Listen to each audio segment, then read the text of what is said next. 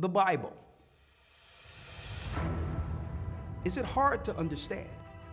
When it comes to reading the Bible, the first thing that comes to mind is the fact that this is the Word of God. The seals have been broken, and the truth is here. And when we go throughout the scriptures, when we go throughout extra biblical records, we find that the language that God employed, that He used to create the heavens and the earth, was the Hebrew language. Christ said, I came for the lost sheep of the house of Israel. But yet no one, no religious leader, no religious church out there anywhere can now identify the 12 tribes of Israel. Can we? God is quite simple, but it seems as if man makes understanding Him hard. What are those mysteries? The truth of your book and the truth will make you free. The Hebrew and Bible Academy. You're invited.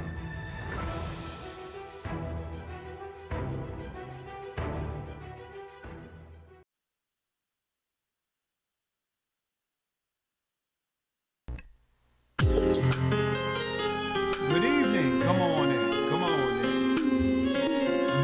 Shalom, shalom.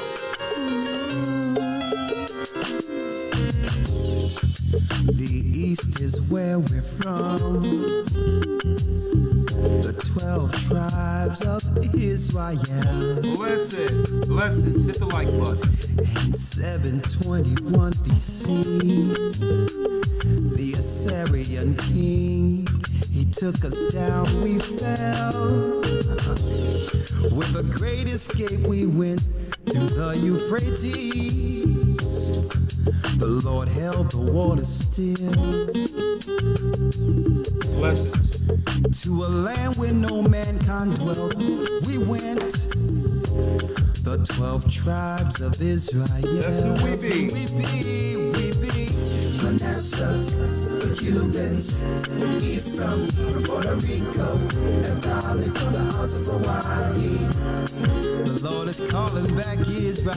Zebulon from Panama, Gad, the North American Indians. Hit the like button. The Dominicans, the highest gathering Israel. That's right, the Most High's gathering Israel. I'm Elder Rawchaa of the Gathering of Christ Church here with our weekly podcast, whatever you would like to call it. It's our broadcast bringing forth the Most High's word and in preparation for the kingdom that will soon come. For those who don't know, okay, what you see before you isn't a religion. What we are doing here have nothing to do with religion. 0, 0, 0. Some people think because we utilize the Bible, which is our prophetic book given to us through our forefathers, when most people see a Bible, they think religion. No, the Bible have nothing to do with religion. The Bible is actually God's blueprint for morality on earth. Morality, civility, righteousness. And it's also the greatest, I would say, epic narrative ever put or placed into one book or work of literature. The greatest battle between good and evil. Christ shined on the darkness from the beginning. Principalities and powers were created before earth. What happened? There was a downfall. There was a rebellion in heaven. The dark evil that made the face of the deep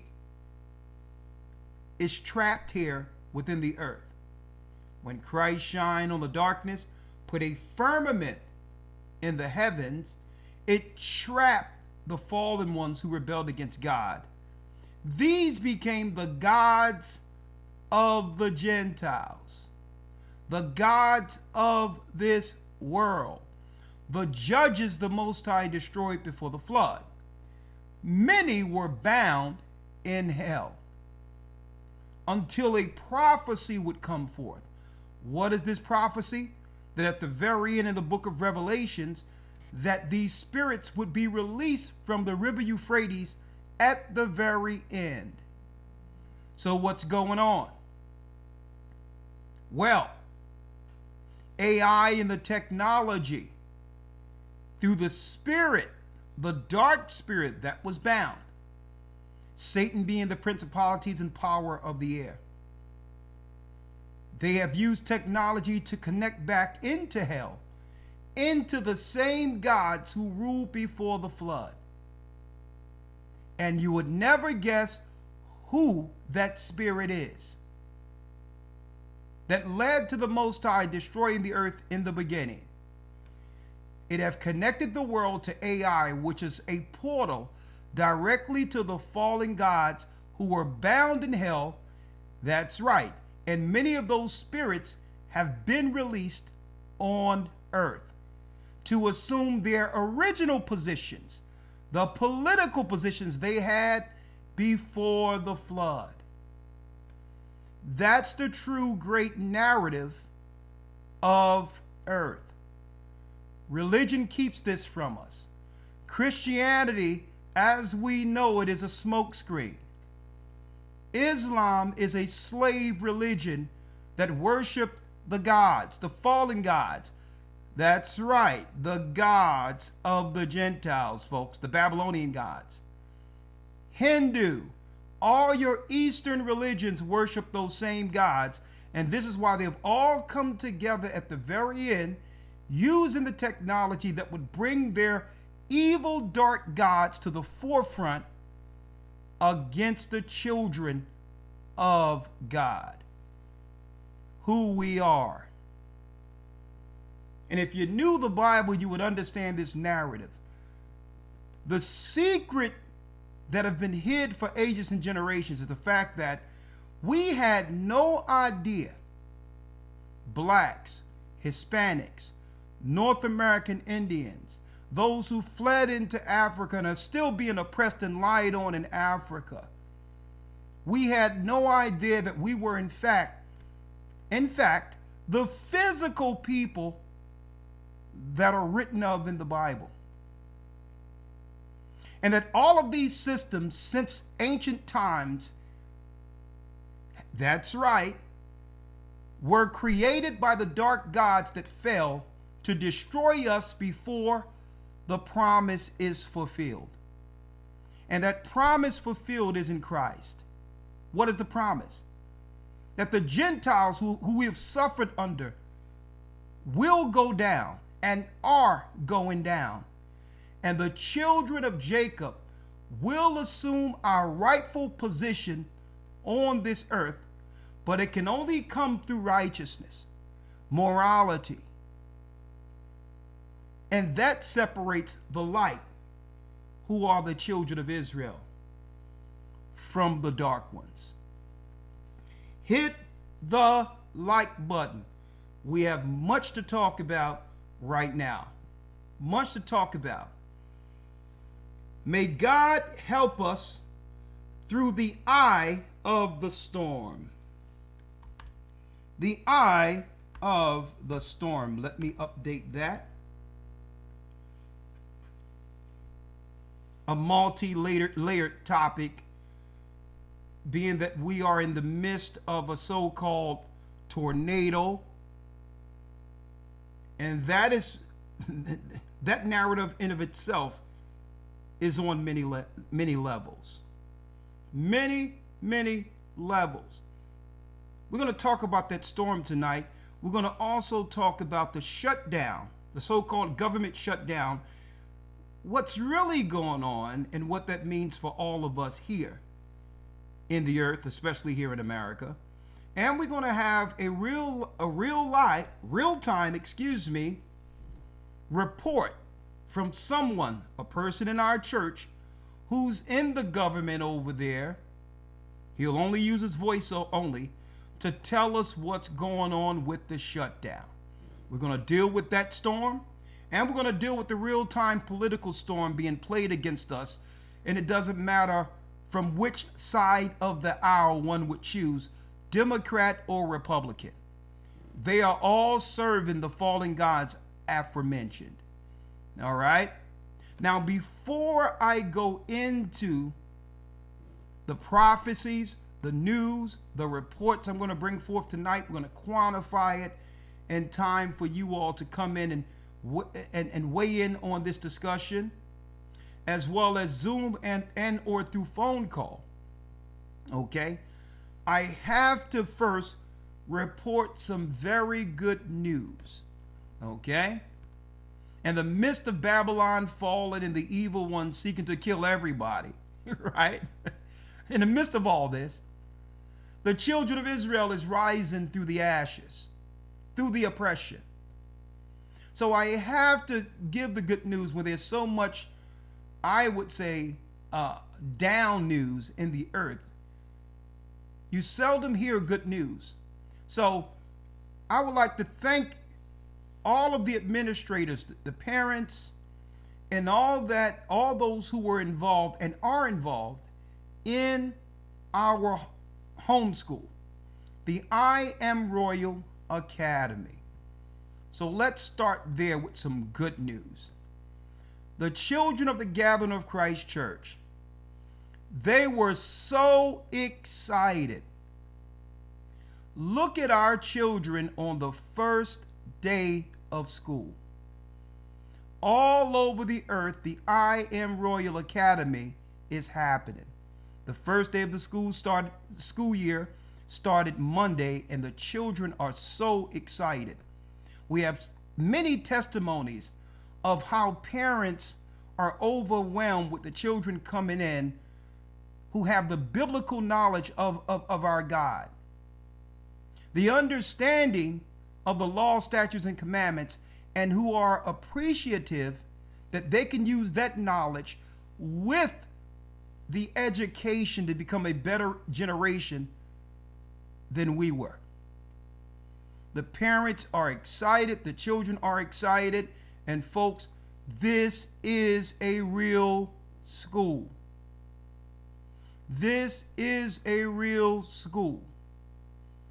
All over the earth, this is what, through the Spirit of the Almighty, the Gathering of Christ Church, and all those that are behind the scene have been working on for a long time.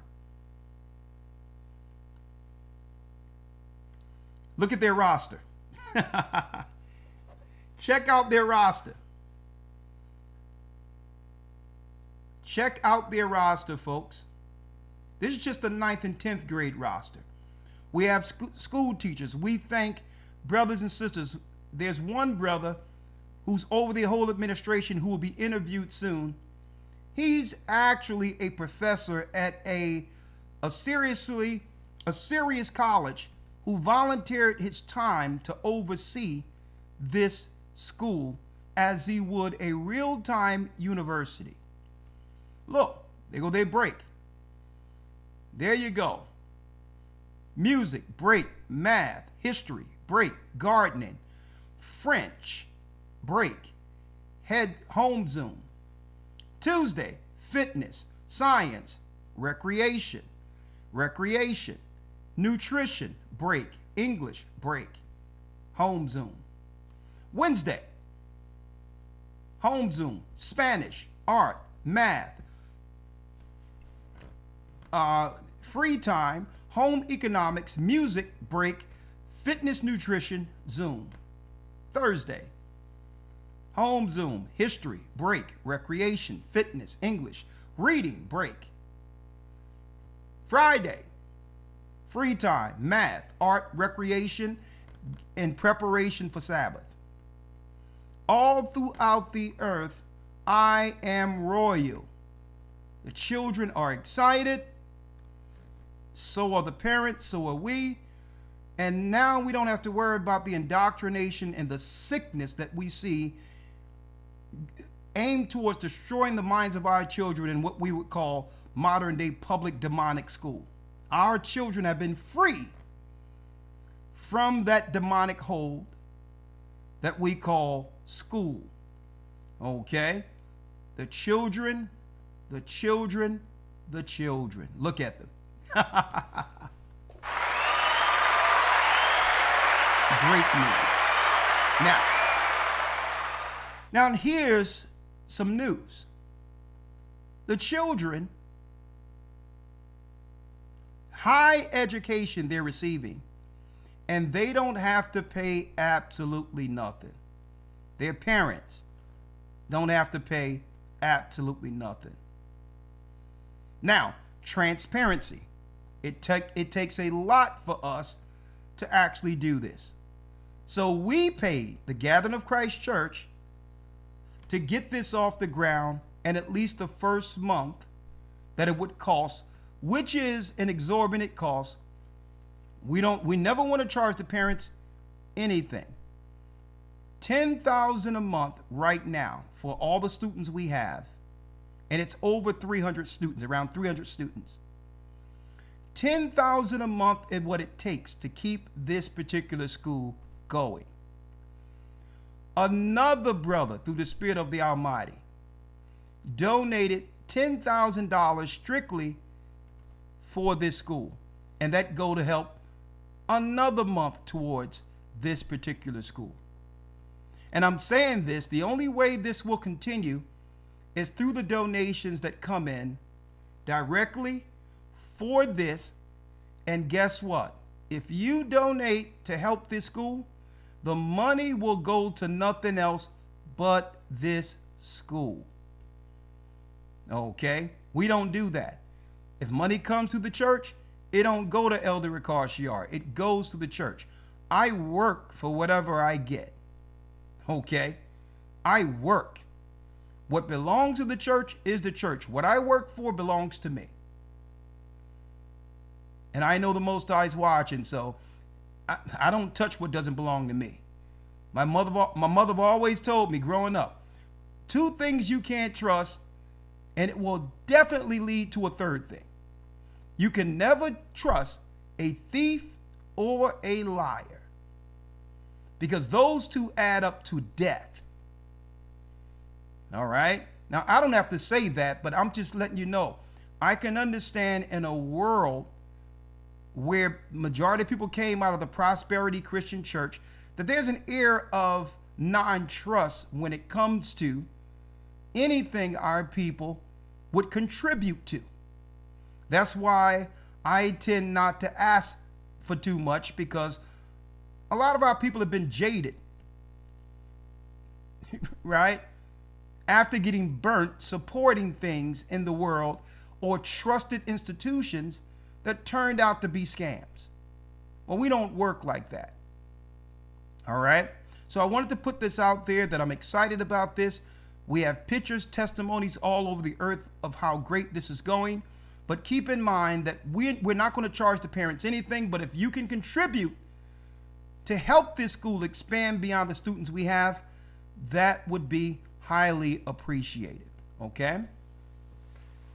Now, in order to support this, let me put this out so we can go directly into our class. The only thing you would have to do is go to gatheringofchrist.org, donate. I'm going to show you step by step on how to do this real quick.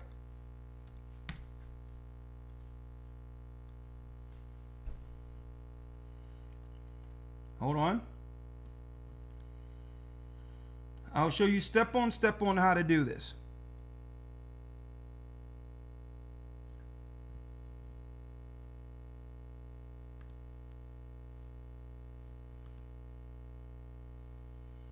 One second. Okay, right here.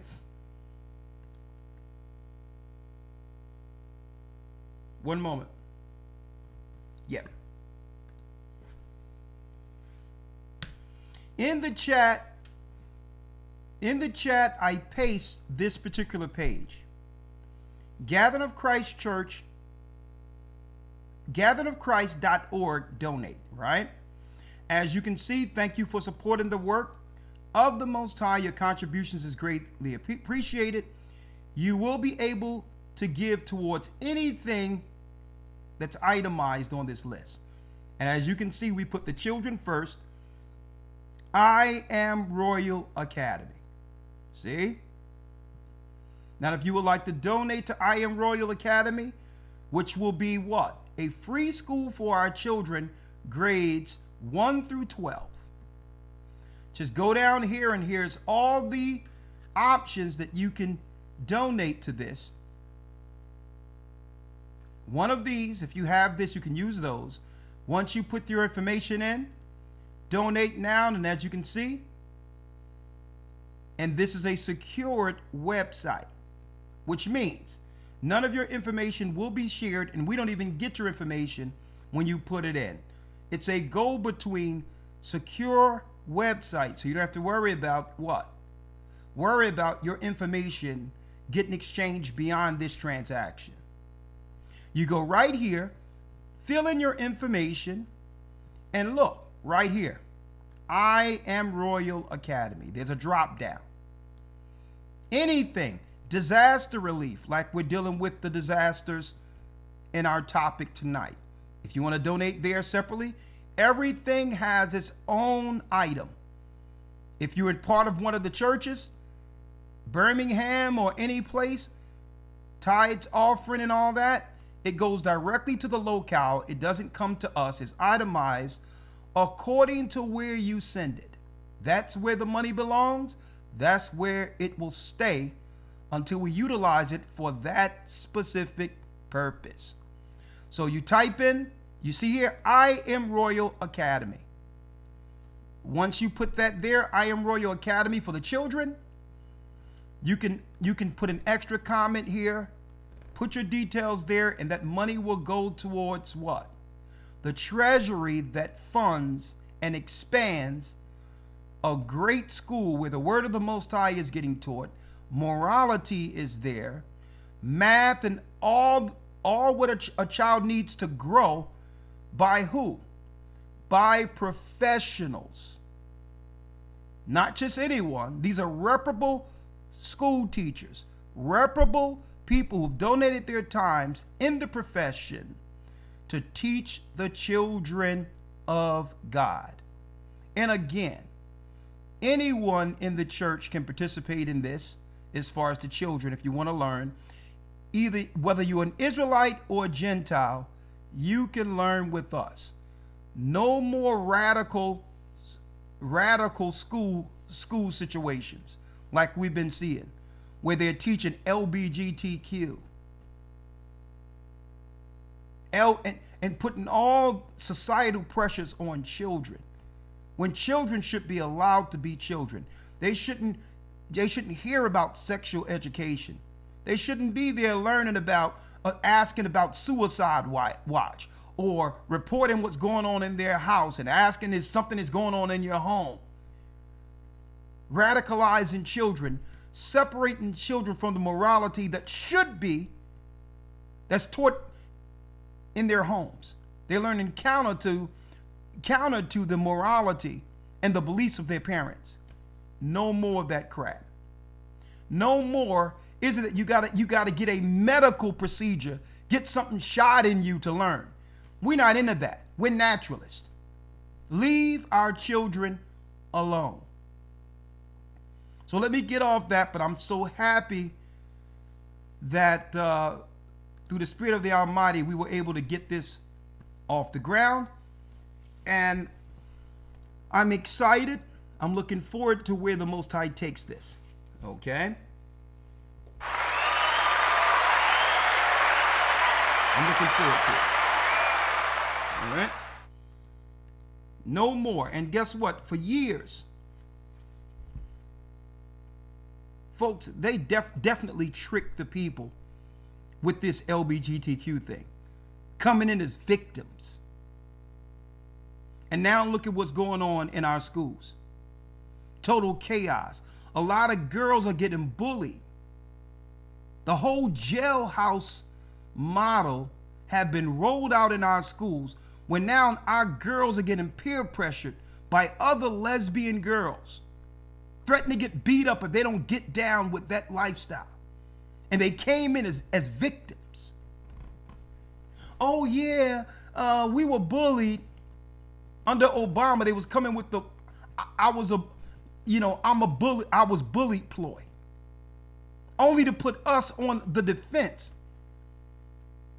Believing in the Bible, pushing morality, pushing the Bible. They made us seem like we were the like we were the bullies. Only until they got enough time, they put enough time to get all of their people, the deviants, in high positions of education within our communities.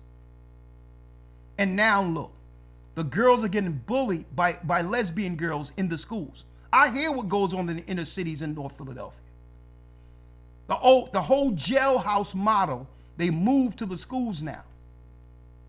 Well, now if you're not with that particular lifestyle as a child, when you shouldn't have been introduced to anything sexual, they treat you like an outcast. Not just the students who are down with this stuff now, but who? The administrators, the school teachers who are down with that are teaching or treating straight children like outcasts. And we're done with it. We're done with it. We're teaching our own children. We're teaching our own children. Now, let's go in. Let's go in. Now, today we have some special guests. We have some special guests. Let's see. Let's start off with this brother here. Find out, number one, what's going on with the lockdowns.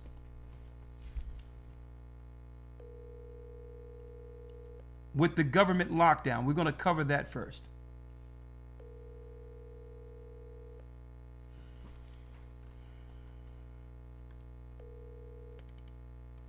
Shalom, Elder. Okay, you said you're ready to come in? Yes, sir. Okay, just hit the Zoom link I gave you. I'll bring you in. We got a brother from the he's one of the leaders over in the DMV. He's going to come in from Washington D.C. and tell us what's going on with the lockdowns. I mean, with the government shutdown. You can come in now? Yes, sir. I'm coming now. All right, hit the link and we'll come in and we'll deal with this storm afterwards. Great. And then I'll bring in Elder Lawya. He's waiting in the background. Shalom, Elder Lawya. Shalom, sir. How you doing? I'm blessed by the best. You see what's going on with the school, right? Oh yes, man. All praises be to the Most High, and I believe some great, brilliant minds are going to come out of this school. Yeah, and speaking of school, I remember coming back to the United States. And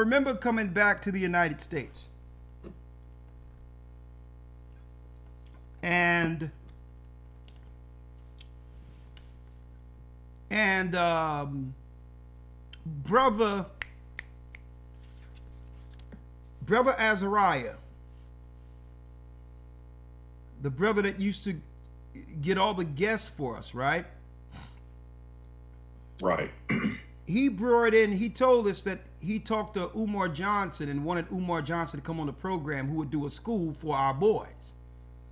2015, I think it was 2015, I brought him on to one of my Wednesday broadcasts. And this was 10 years ago, in the midst of Elder Lawya, in the midst of the constant debates we were having with the conscious community over in the UK, right?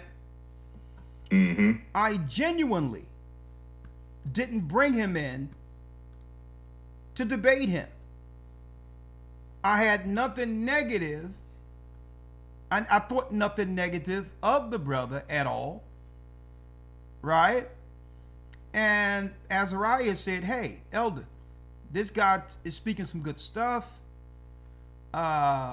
He's thinking about doing school for our boys, and he talks about ADHD and the drugs they're utilizing that's harming our young men. And I'm like, you know what? That's some good stuff. Now, regardless of what he believes, I don't care what people believe when it comes to, if you have information that's beneficial, we're not going to knock you down or say something against your good efforts just because you don't know that you don't know at this time what we know concerning our beliefs. If you have something that can help our people, it can help us regardless of what religion you follow. So that aside, I invited the brother in total honesty and transparency in the spirit of love to bring forth his idea that can help our children, right? Regardless of what he believed. I didn't care about what he believed. He had a plan to teach our children, so to protect our children from the ills that come with public schools. Great. I'm open to hear that. On top of that, we have an influence. We have a network all over the earth through the Spirit of the Almighty that would support such an endeavor. So he's sitting down with somebody who's not just somebody who can hear what he has to say, that can put a lot of sachet and a lot of spiritual currency, so to speak, behind a great idea that can help our children. And what do we do? And when he did this, I'm like, well, okay, this brother isn't qualified to teach children. You don't come in someone's living room with your dirty shoes and start stomping dirt on the couch. If you're seeking for me to help support what you got to do, why the first thing you're going to do is throw mud on the Bible, knowing that this is a Bible program? So I said, this brother doesn't have wisdom. Even if you disagree with the Bible, you're not going to get us on board going against the only book that can help our people. So I'm like, this guy isn't as sharp as people make him out to be. A man of wisdom isn't going to come in who need the people to support him and crap on someone's belief. Who do you think going to help you like that? So he's going to try to challenge us in the Bible. Brother, you don't even know the Bible. You wasn't raised to know the Bible. You was raised a Muslim. You can't even back the theology of Islam. We know Islam better than him. So I'm saying, be careful when you come on someone's platform to be respectful. So here it is. I said, I'm like, get him off my broadcast. He's a waste of time. And it's a shame I had to do that. Many people was upset at me when I did that. And people don't understand why I did that. It only took me a couple of minutes for me to realize he's one of these conscious guys I seen coming up in North Philadelphia. All this talk with no action. And going to say things about the Bible that's entirely correct, unresearched. I'm like, brother, you ain't on the corner just after getting out of jail trying to hit us with a jailhouse theology and think we are dumb enough to pick this up. I mean, not pick this up. What you're dealing with here is not a naive modern day Christian here. So we kicked him off the broadcast. And here it is. It's 10 years later with no school. We didn't even have an idea of doing this school. We thought about it and thought about all the liabilities and all these others and say, listen, we're just going to teach God's people. And if the Most High brings forth an opportunity that we know in which we can put our minds together and have this succeed, then we'll do this. And here it is, 10 years later, 2025. How is it that we can do this for our children and didn't receive any of what this man have received all over the earth? How is it we can do this for our children? I need y'all to really concentrate on that for a second. And you know what? Here's why am I talking about this right now? The only reason they allow this guy to do this, Elder Lawya, is because they know what he's doing is only harming us. He's not getting donations from white people or Asian people and all the people he claims he's against. He's stealing money from our people. And the only reason he's allowed to go on like this is because why? Is because they know he's hurting us. That's why. If this was white people he was stealing from and doing things from, they would have been got with him. So I'm going to leave it there. You can have an idea, but if you're not going to bring it forth, then keep it quiet until you can bring it forth. And this is why, brothers and sisters, a lot of these people in the conscious community are against the Bible.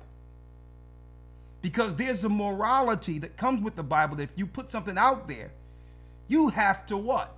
You have to produce according to your belief. So if they can discard the Bible, they're not held to the morality of it. Now we can't hold them to task because we can't say, well, what type of church you're dealing with that you can steal money? Because why? In the conscious community, there is no moral code. So they can lie and justify it without conscience. I just wanted to put that out there. Let me bring my brother. Let me bring my brother in real quick. Let me bring him in real quick, and then I'll bring you in, Elder Lawya. How you doing? How you doing, my brother? Shalom, Elder. Shalom. You don't have to put out your name, and what you do, but you do work for the government there, correct? Yes, sir. Okay. Now, what is the reason they're giving you all for the shutdown, for the government shutdown? They claim that the Democrats and Republicans are fighting about the so-called healthcare issue, and then they're not coming to agreement with,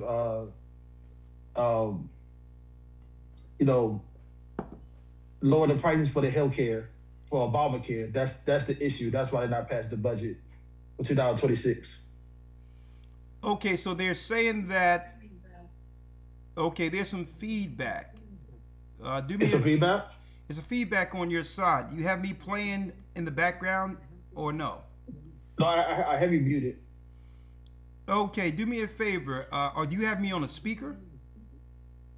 Let me take you off. I have my headset on, but I can take my headset off if that helps. Yeah, let's do that. Okay. Okay, how was this? Is that better? That's perfectly fine. So they're claiming that what we're seeing here is a game of political football between the Democrats and the Republicans, right? Yes, sir. Okay, so one side is blaming the other side is they're blaming either side. But in the midst of this, who exactly is laid off at this time or not working? Is it all federal workers over there? Yeah, mostly all the federal workers are furloughed. They are still working, like your air traffic controllers and certain other people that's working, but they're not getting paid at the moment. So, like some of the essential jobs that's needed, they still working, but majority of people are furloughed right now. Okay, what you mean working and not getting paid? That doesn't sound right. Yeah, the government called them accepted workers. They have to come in because certain operations still have to get done, but they're working and they're not getting paid, and they are being promised that they will get back pay once they pass the budget. Okay, and is there any definitive time that they're claiming that this particular shutdown is going to end? No, they're not telling us anything. It's undetermined. It's undetermined. Okay, so what if people decide to call out and not go to work because they're not getting paid? Is that happening? So, some are doing that, and they, from what I'm hearing, that they are they said if they do that, they may not get paid. That's what I'm hearing. When they do decide to pass a budget. So what are the options now? Because people really don't have money saved like that. So I'm speaking of yourself and others right now that are out of work with no determined time in which you can come back to actually continue your employment. What options are they giving you as far as currently to survive if you're not receiving a paycheck? What options are they giving you? They didn't give us anything. All they did give was a letter to give to your creditors to say, hey, maybe contact your creditors to see if they can give you some additional time to pay off your bills. Outside of that, you pretty much on your own, pretty much try to figure it out. That's what they gave us. And I think they're also given opportunities for unemployment. Yeah, unemployment, yes. You can find unemployment, but that could take some time for that to happen. Usually, depends on the state you in. In Washington, D.C., it could take up to 21 days to get your unemployment process. And you probably could imagine how many people to find for unemployment in this area. So, because majority of people that lives in the Washington, D.C. area works for the government or at least has some type of contract with the government. So we're talking about, really, when you look at this, undetermined time. We're not talking about no low-wage jobs. We're talking about some very seriously, a lot of people that are laid off right now with no end in sight are working high-paid jobs, well past the middle class and upper class finances, where it takes a lot of money to sustain their lifestyles, right? Or your lifestyles. If you federal government, usually people go with federal government jobs based on the security of it. You think that hey, they're gonna always be a government, so my job is secure, right? Yes, sir. That's why a lot of people will pick the federal government over private industry because with just what you said, the security. But now what those came in with Donald Trump and Elon Musk is not security more because they laid off a lot of employees this year, and they still try to lay off more employees. So your job is not really secure like it used to be. They can lay you off at any time now. And so, I take it that if some people get unemployment, that's telling the employer that you no longer work there, right? That's almost a choice where you're falling on the sword. You're saying, the only reason I'm getting unemployment is because I'm unemployed. And they can use that as a reason to not hire you back. You ever thought about that? Yeah. Yes, sir. They can find anything not to bring you back just because they so-called say they try to save money for the government. Or whatever they use it for. Okay, so let's make this clear because we may be dealing with a bunch of coincidences here. Right? At the same time, the government workers are being laid off. We're hearing about AI taking over the majority of jobs that most people can do. A little after a month ago when Donald Trump signed a bill of upward $30 billion towards an AI initiative that can eventually replace jobs. And at the same time, the government shuts down and state that if they don't get this together, not only will it affect the federal workers for the government, it'll also affect the people who was getting SNAP, who's getting food and housing almost at the same time. I don't think that's a coincidence. No, sir, I agree with you. And I go back to the AI thing. They are going to be replacing a lot of government jobs with AI. Well, when I work at specifically, they are doing that right now. Certain functions are now AI's doing it instead of people. So that's just my agency. Okay, if you can, for the sake of the listeners, can you give me in particular what jobs that AI has taken over? Well, as far as for my agency, they have AI as far as look up certain, instead of having a person to look up certain codes, they'll have that you can call and AI will do it for you instead of having a person do it. I'm trying not to give it away, but okay. Now let's keep it where it's at because I want you to just not, you want to conceal, certain things understood, but let me ask it like this. Let me ask from another vantage point when it comes to AI. Right? Is it possible This is you not giving me any information at all that can expose anyone here.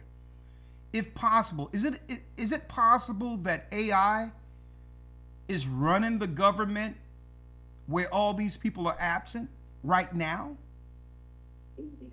I can believe that. Is that possible? I think it's possible. That all the jobs that normally, of course, AI cannot get out there as air control traffickers. I don't think they can do that yet until they get these holograms together. Maybe I just put something out there, right? But all in all, the government could be running fine off of AI right now with you all being home without jobs. Yes, sir. And to give you an example that they still processing stuff while we not working. They still doing the basic processing daily while we not working. So it's not totally closed. They still operating as normal even though we at home. Yeah, I can see that. So what are the preparation for those? Now, you being a part of the work of the church, as far as following the Most High in Christ and have been following our church, you understand that there's a faith component that we lean on, regardless of what's going on in the earth, knowing that the Most High is going to help us provide, even when this thing falls. So you have to some degree security, so to not come unhinged, knowing that you have a circle of people who believe what you believe, who you know that'll always be there, with a strong can bear the infirmities of the weak. And of course, you know what I mean, you're savvy in of itself, where if you're not working somewhere, you'll always be able to make a way. Sometimes our people can improvise like that, and you're one of those type of guys. Yes, sir. But praise the Most High, Elder, basically of your guidance, and you've been preaching for years to save up and put study and stuff aside. So praise the Most High. I'm not in a position where I have to run and get assistance. I have food. My bills are paid, so I'm good. So all praise to the Most High that I have finances to hold me for a little bit. So you prepared knowing what was coming. But okay. But what about those, which is the majority of the people that you've seen around you, who have no direction? Are they panicking? What's going on there? They are panicking, and a lot of the food banks in the area are open up. So there's a lot of government employees are going to the local food banks to get food, and they're contacting their banks to see if they can push back their mortgage, these to the end of their mortgage. And so that's in the DC area. That's what's going on. It's a lot of people that's panicking and not prepared at all. And it's making a trickle effect, because now it's only affecting the grocery stores, but the restaurants and everything that's in the area are not getting business, because if the government employees are not getting paid, then there's no commerce. If there's no commerce, then stores will start shutting down. So it's a trickle effect. So is it also affecting the regular nightlife there? Because you know they have a robust political nightlife with all the lobbyists and all these others who come through over there. Has it affected on that level where it's clearly seen that something is going on there? Well, as far as the congressmen, they still get paid. The lobbyists, they still get paid. It's just the regular government employees, they're not getting paid. But Congress is still getting a check. And that's what a lot of people is upset about. Is that how can they still work and get paid but cut off the federal employees that runs the government? So it's a battle between the federal employees and Congress. And we actually have a big union right now that's protesting right now against Congress, demanding them to open up the government so a lot of employees get their paychecks. So that's what's going on right now. Okay. Are people checking in on a daily basis? Or put it this way, how long do you think this is going to go on? But what I'm hearing, it may go past Thanksgiving. From what I'm hearing. It may go past Thanksgiving. So there's hope that they're giving people that at least before December 1st, before so-called Christmas, that the majority of people will have their jobs back. Yes. And if they don't have their jobs back, I think it's going to be trouble. I think it's going to be anarchy, especially in this area, because majority of people here works for the government. So if they don't get their jobs back, it's going to be trouble. Okay, and I don't think it's a coincidence that they put military in place in Washington, D.C. first, claiming it was for crime. Yes, sir. Based on what you just said will happen if the government doesn't allow these people back into into their jobs. And brother, how many times I told people about these politicians, about these people who thought they were secure, black Democrats and others going 10 toes down for this government, even against their own people, believing that they had a safe space, right? Cozied up next to the Edomite powers. At any time, the government can turn their back on you and throw you back from the pool of people they severed you from. And hey, I believe that many people are going to have to find the Almighty. They're going to have to find a safe space with God, because hey, Satan is playing for keeps now, and it's a total separation. And those who wait without preparation will be put asunder. The government is playing for keeps. And I thank you for coming in. Do you have any last words? And maybe if you would like to, you can stay in the background in case people have questions later, or you can just go out, and at the end of it, if people have questions, you can come in, okay? But do you have any last words before we go into the lesson? I was going to say, brothers and sisters, stay locked in. Brothers and sisters, stay locked in. Trust the Most High. What the elders bring it out is on point. Stay connected to your local church. Stay locked in. At this time, we in Jacob's trouble. We got to trust the Most High, and he'll get us out of this, brothers and sisters. Just stay, even though we're in the midst of a storm, stay encouraged. The Most High is with us. Thank you, my brother. There you go. And keep us, and as things change over there, as you get more updates, if you can come in ever so often and let us know what's going on there, I would highly appreciate it. Our brothers and sisters need to hear what's going on. All right? And yes, sir.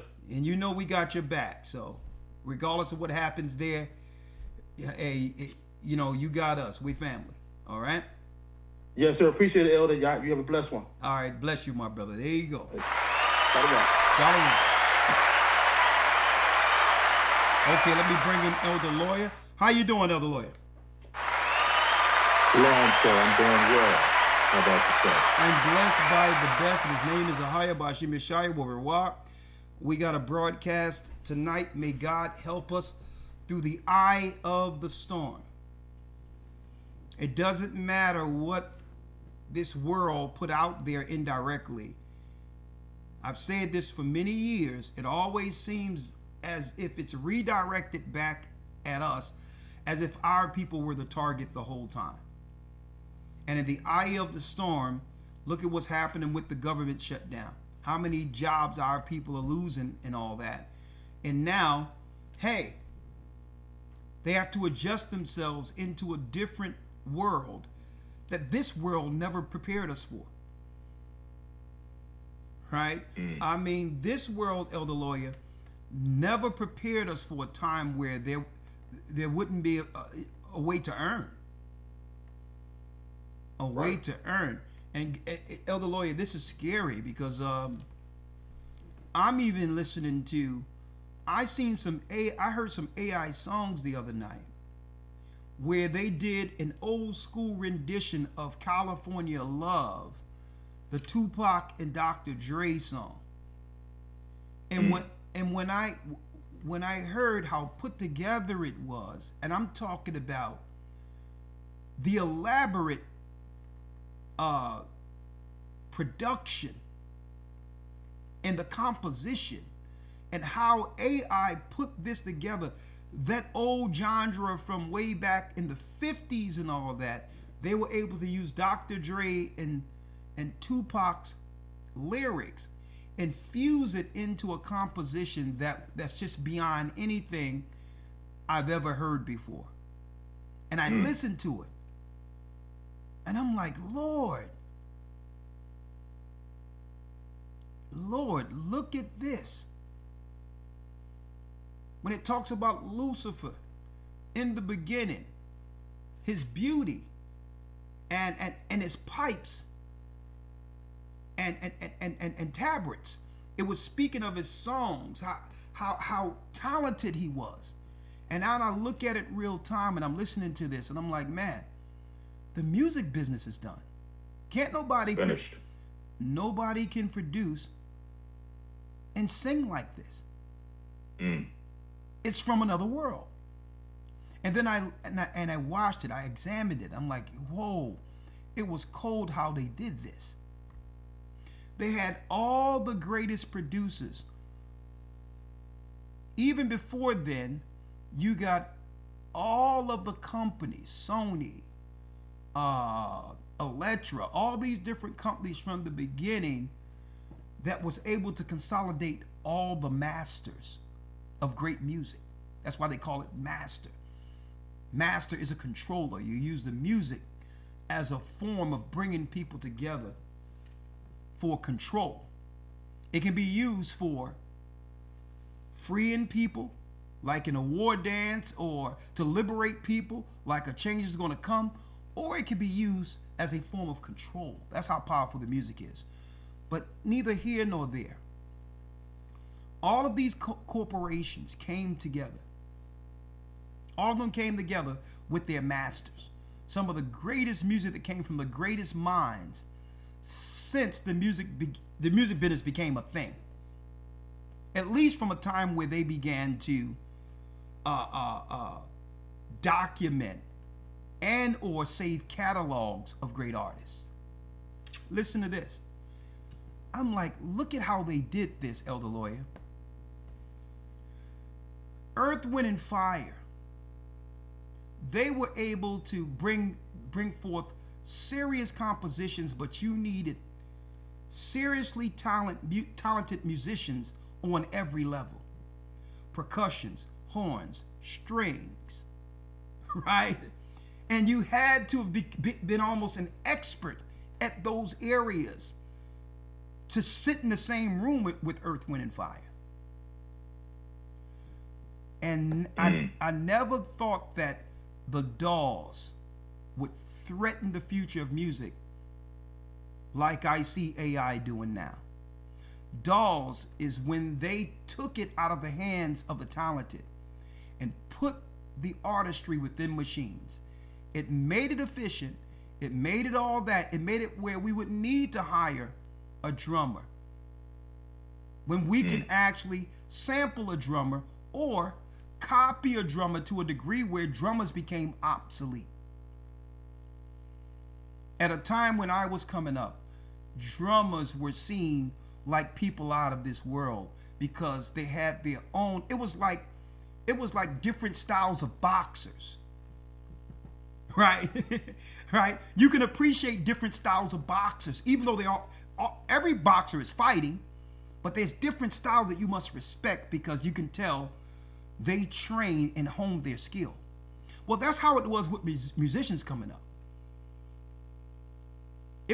Everyone had their own chops, be it a drummer, a piano player, a guitar player. Hey, my first instrument growing up I played the trumpet.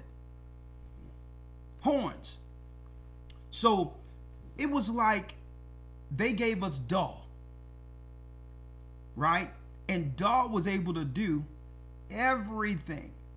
And then they made it convenient and told us, hey, if you get, and Elder Lawya, I never did this once. You don't have to save your stuff on a hard drive. You can upload your songs and save space to the cloud. Now, when we started putting it out there in the cloud, we had no idea that it was going someplace. It was being consolidated someplace. As if AI, the beast, has now learned the patterns, the algorithms, and all that of some of the greatest producers, singers that have ever been known to man. And now AI can study all this artistry in a tenth of a second and become as talented as that particular producer, who that producer took him 3, 4, 5 hours to mix and all that. AI listened to it, and now through all the data we upload to the clouds, he can now perfect everything that was given to the cloud. He can perfect the talent and now consolidate it into a masterpiece that he can create over and over again, and through algorithm can do it even better than the producer who upload the song to the cloud. I never upload any song to the cloud, ever. Because I thought about it. Cloud, principalities, powers, thrones. When we volunteer our stuff to the cloud, it's going somewhere. It's being linked to a spirit. And now through that spirit, it made musicians and seriously talented people obsolete. Man, AI has finished the music business.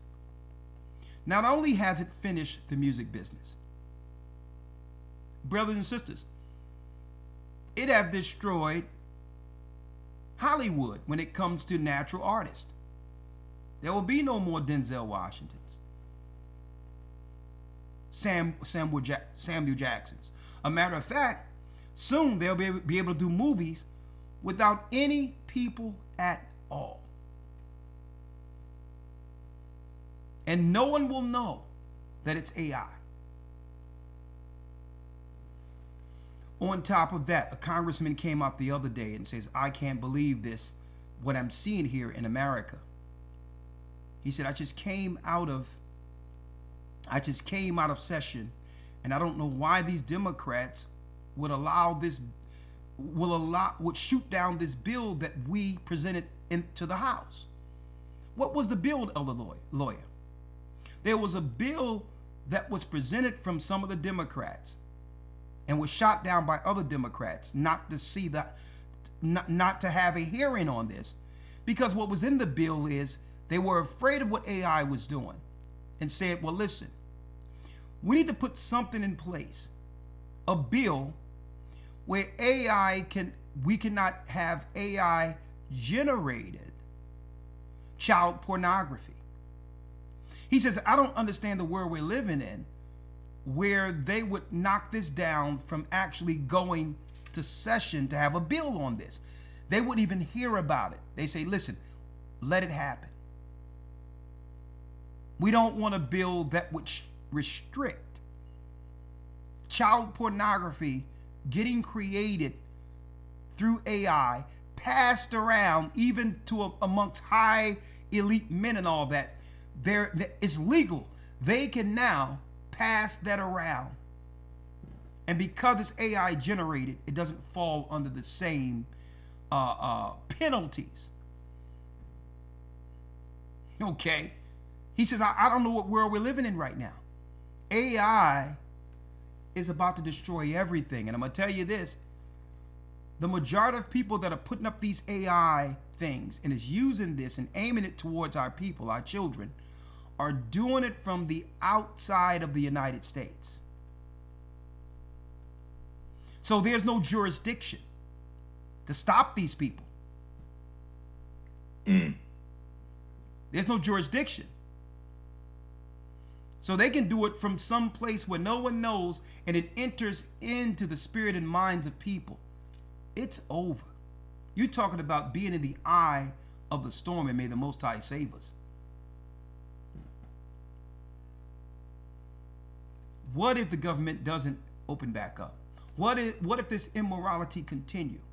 What if the politicians are playing with everyone and have AI controlling everything while they're seeking to one day go into a bunker. While the earth, and America included, runs on autopilot. Here we are. They have taken over our industry, whether music, whatever the case is. There's only certain things, brothers and sisters, that gave us financial upward mobility to be able to get out of our circumstance, to help us get out of our circumstance. It was sports, it was music. It seemed like they targeted all the places where we had an outlet to help save our families and close the door. And then they're throwing everybody out who once worked in government, who had upward mobility. So what are we going to do? Well, stay tuned. You're in the right place to understand exactly what to do. And I believe the Most High, Elder Lawya, has allowed this to happen. Has allowed it to, he will allow it to go down, because now no one can feign stupid anymore or feign ignorance. Everyone is going to have to choose a side. You're going to have to choose a side. And that's what the Most High have out there. Hey, if you don't choose me through all of this, you will die. You will die under a God or a government you believed in. If this government, you made this government your God, you believed in this government over me, not knowing at any time the government and the powers of this world can just cast you away like a minstrel cloth and not bat an eye. That's what happens when we trust in this world. And Elder Lawya, I hear so many times when people are following the work. I hear this all the time, especially from haters. I don't trust in man. Right? I don't trust in man. Well, who are you trusting in? Think about it. You never apply that to the boss at your job and the security you thought you had under him. That's right. Right?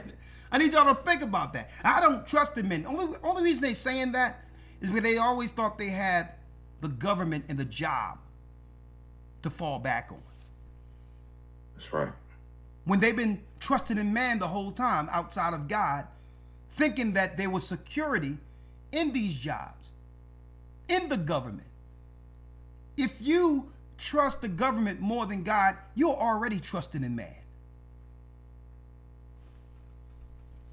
And speaking of that, I'm going to get this thing back on course. I need you to look at this right here, Elder Lawya. You don't know about this right now.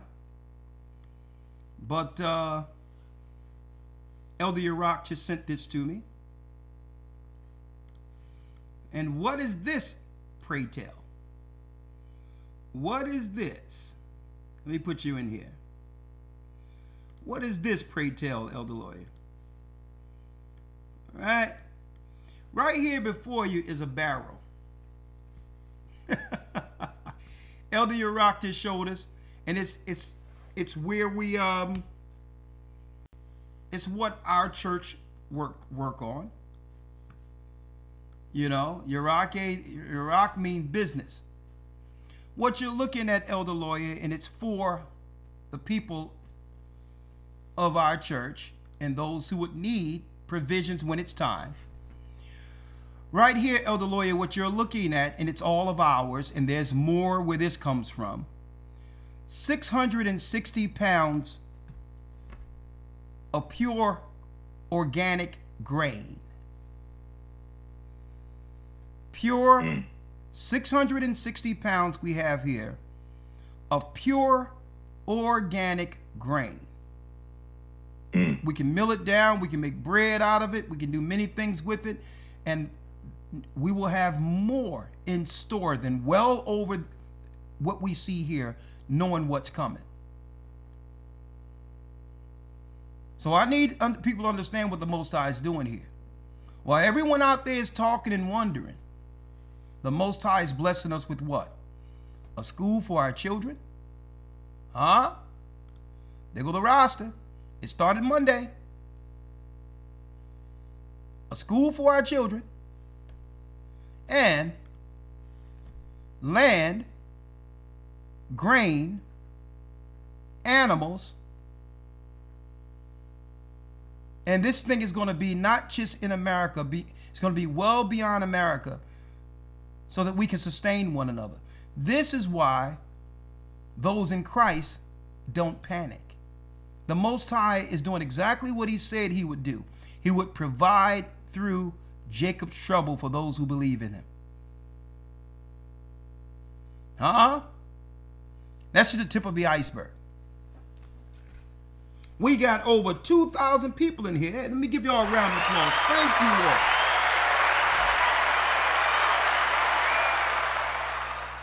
Let me tell you, y'all brothers in the UK, sisters in the UK, y'all don't have to worry about anything.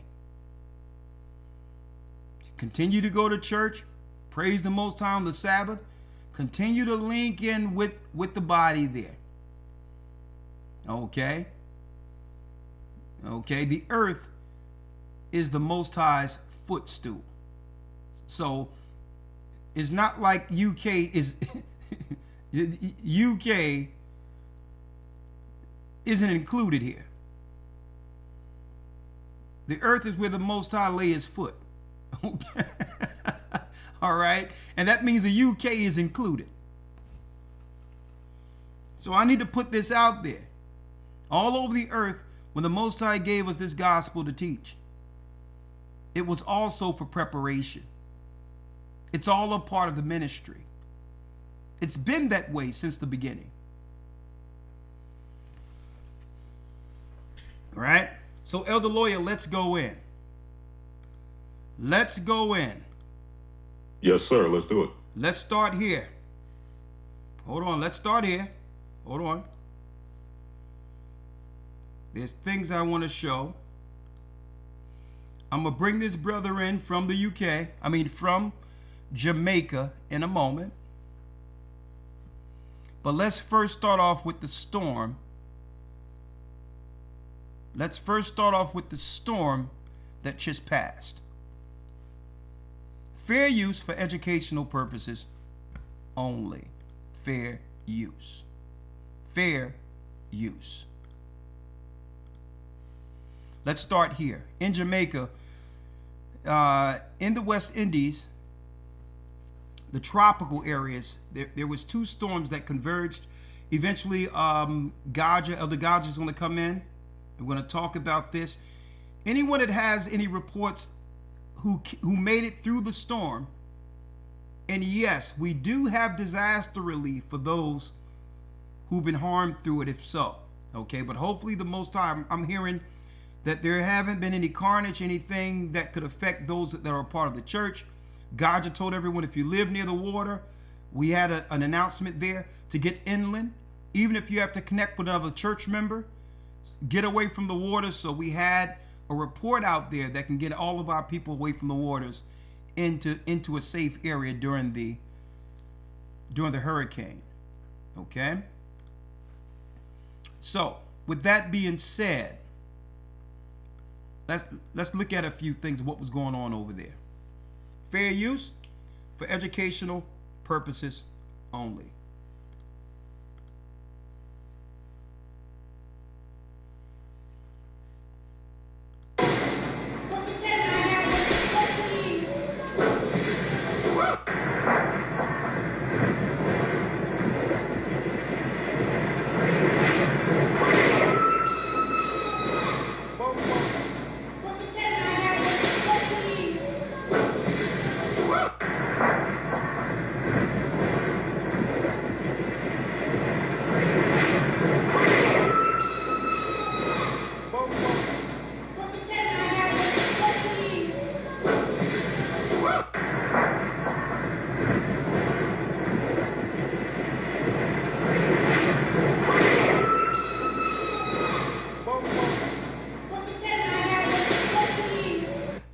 So what are we witnessing here?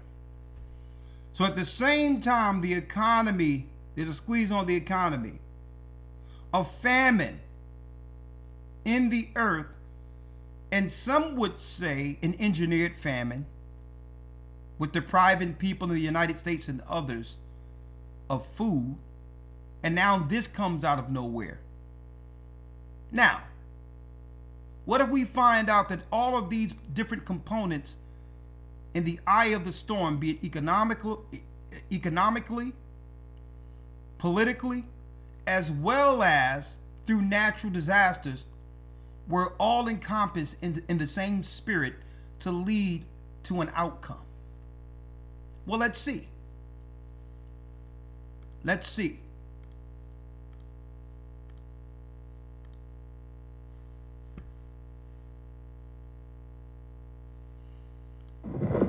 I don't know what's going on.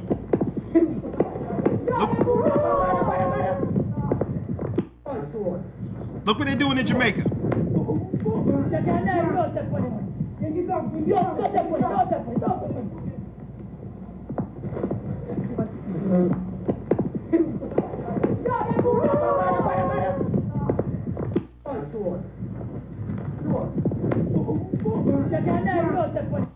Now, I would advise this diving into unclean hurricane water that mixed with sewage and everything in the midst of a storm or after that, right?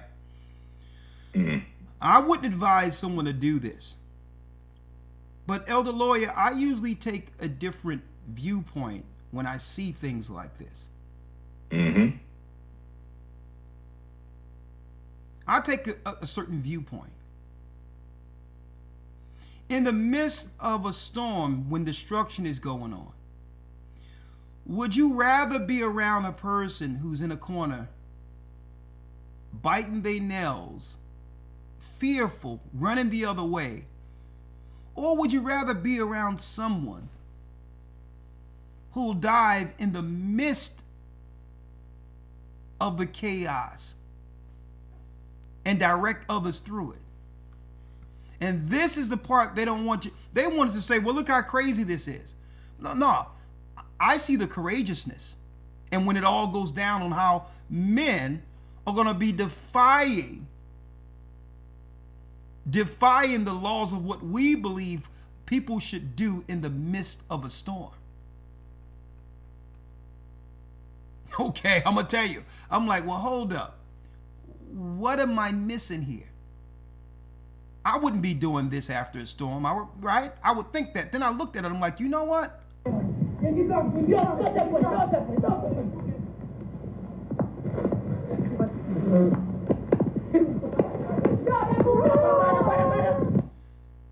You know what? In the midst of a battle, do you think that you would rather be around a scared person or someone like this? Hey, brother, hey. I think that's a baby.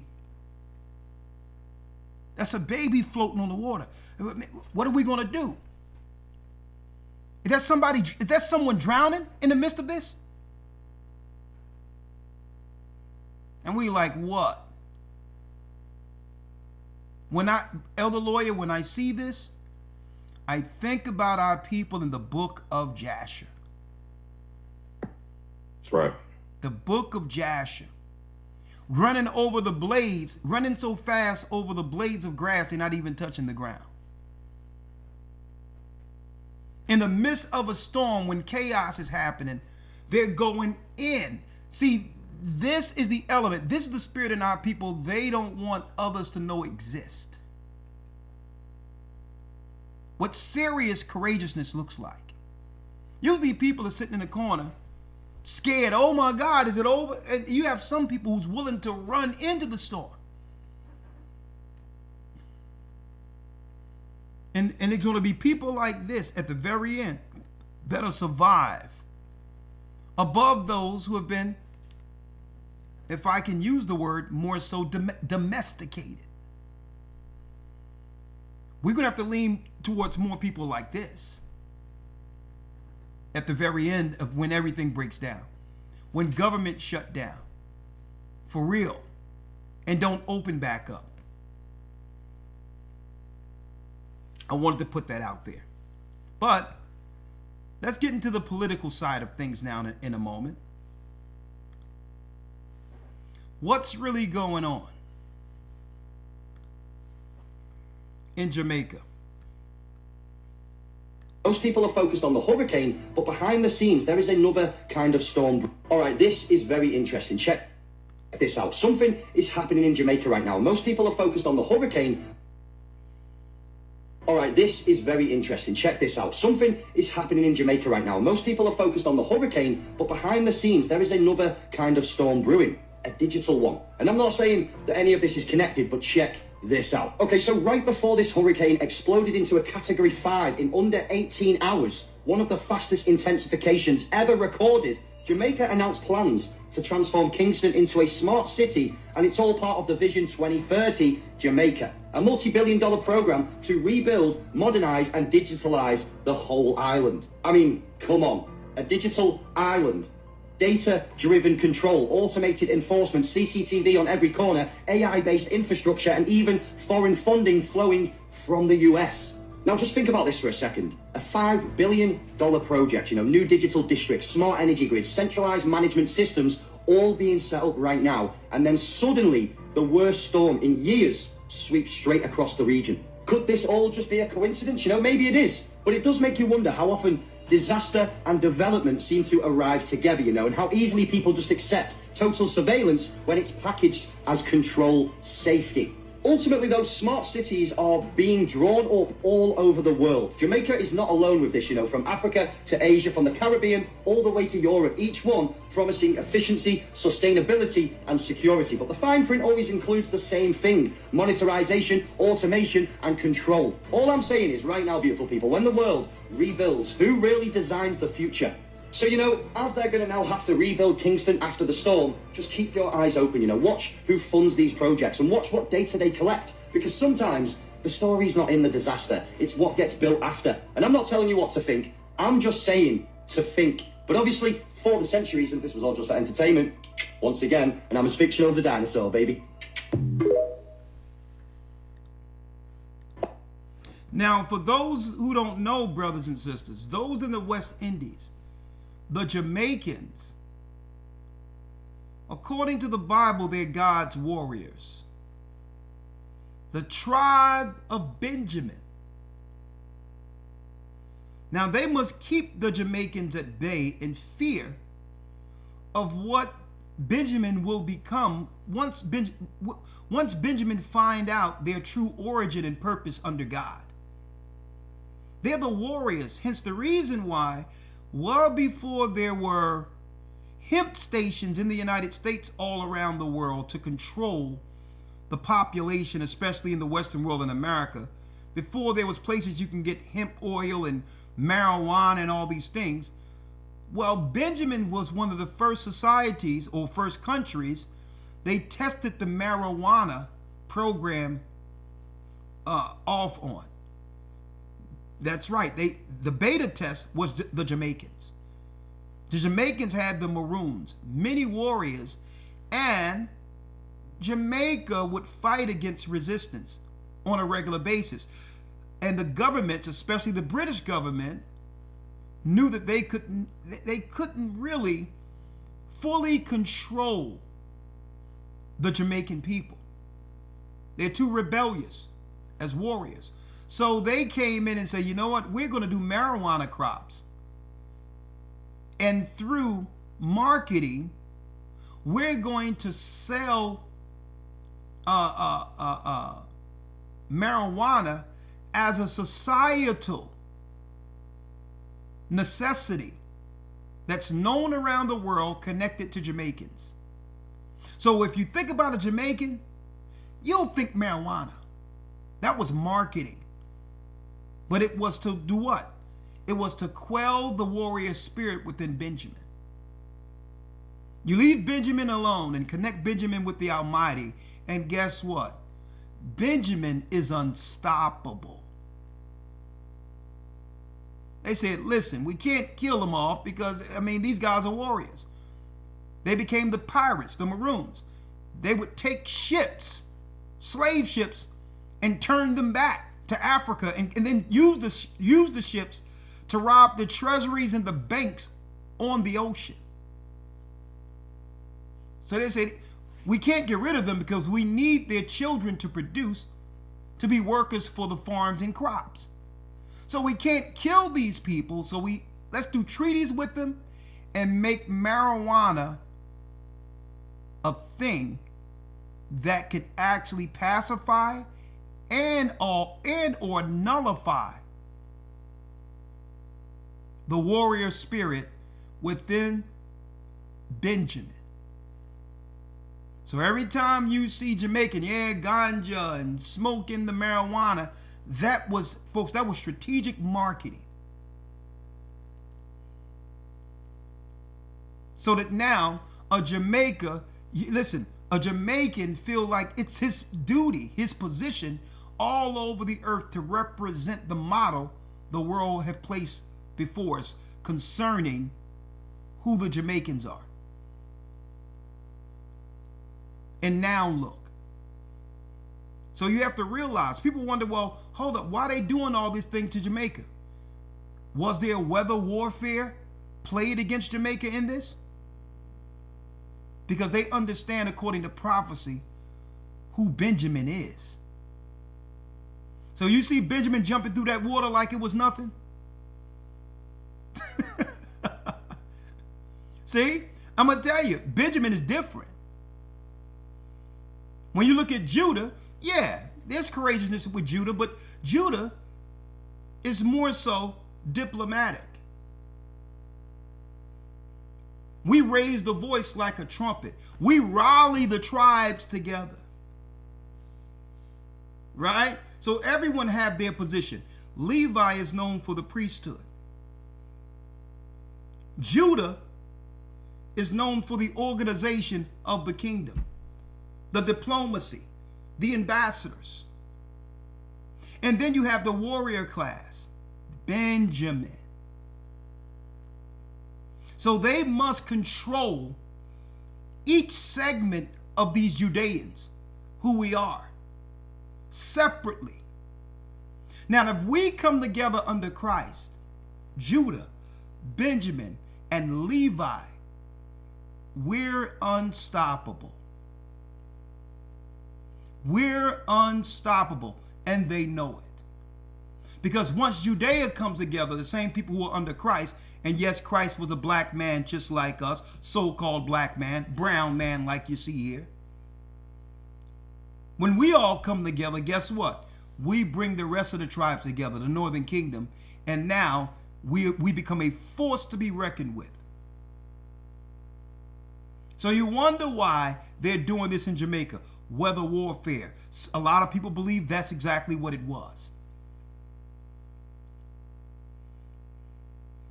And I feel so good to see that brothers are waking up, sisters are waking up. Especially when I hear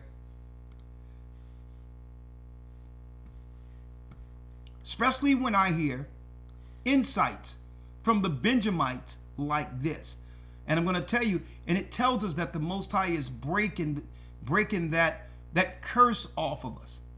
And he's speaking through us in the midst of these storms. Hit the like button, please. 2,300, we're thick up in here right now. But please hit that like button. We got Gaja coming on in a moment. And we're going to have other people that are coming in from the church, from the West Indies. I'm going to have my brother from Toronto, another Benjamite, call on in here, Brother Dave. If you out there, just let me know so I can give you the Zoom so you can chime in. Let's talk about the Most High helping us through the eye of the storm.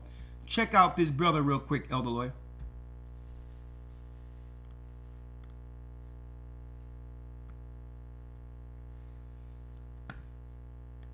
Maybe a lot of you don't know what Operation Popeye is, right? A lot of you might not believe that they are seeding the clouds to cause flood in certain areas because, like I said, with war, you need to know earth, air, water, and fire. And this is something that they use also in the Vietnam War 1967 right? Because we can use it to flood certain areas. Now, he said that they've been known, you see these planes flying around that they call chemtrails? He said, well, listen, it's been known for a long time in Jamaica that they've been seeding the clouds. Now, if they can seed the clouds, what are they seeding the clouds for? I'm going to show you in a moment. Fair use. So you can have control over, especially like the trade routes. I know right now Venezuela have a pipeline, you know, with the Russian thing, right? So the real thing that they're not talking about is why all of this military presence in the Caribbean waters. What's happening in the Caribbean waters now? You know what a red herring is, right? So oil and minerals, all of these are red herrings. This is not the reason why these people are going to war.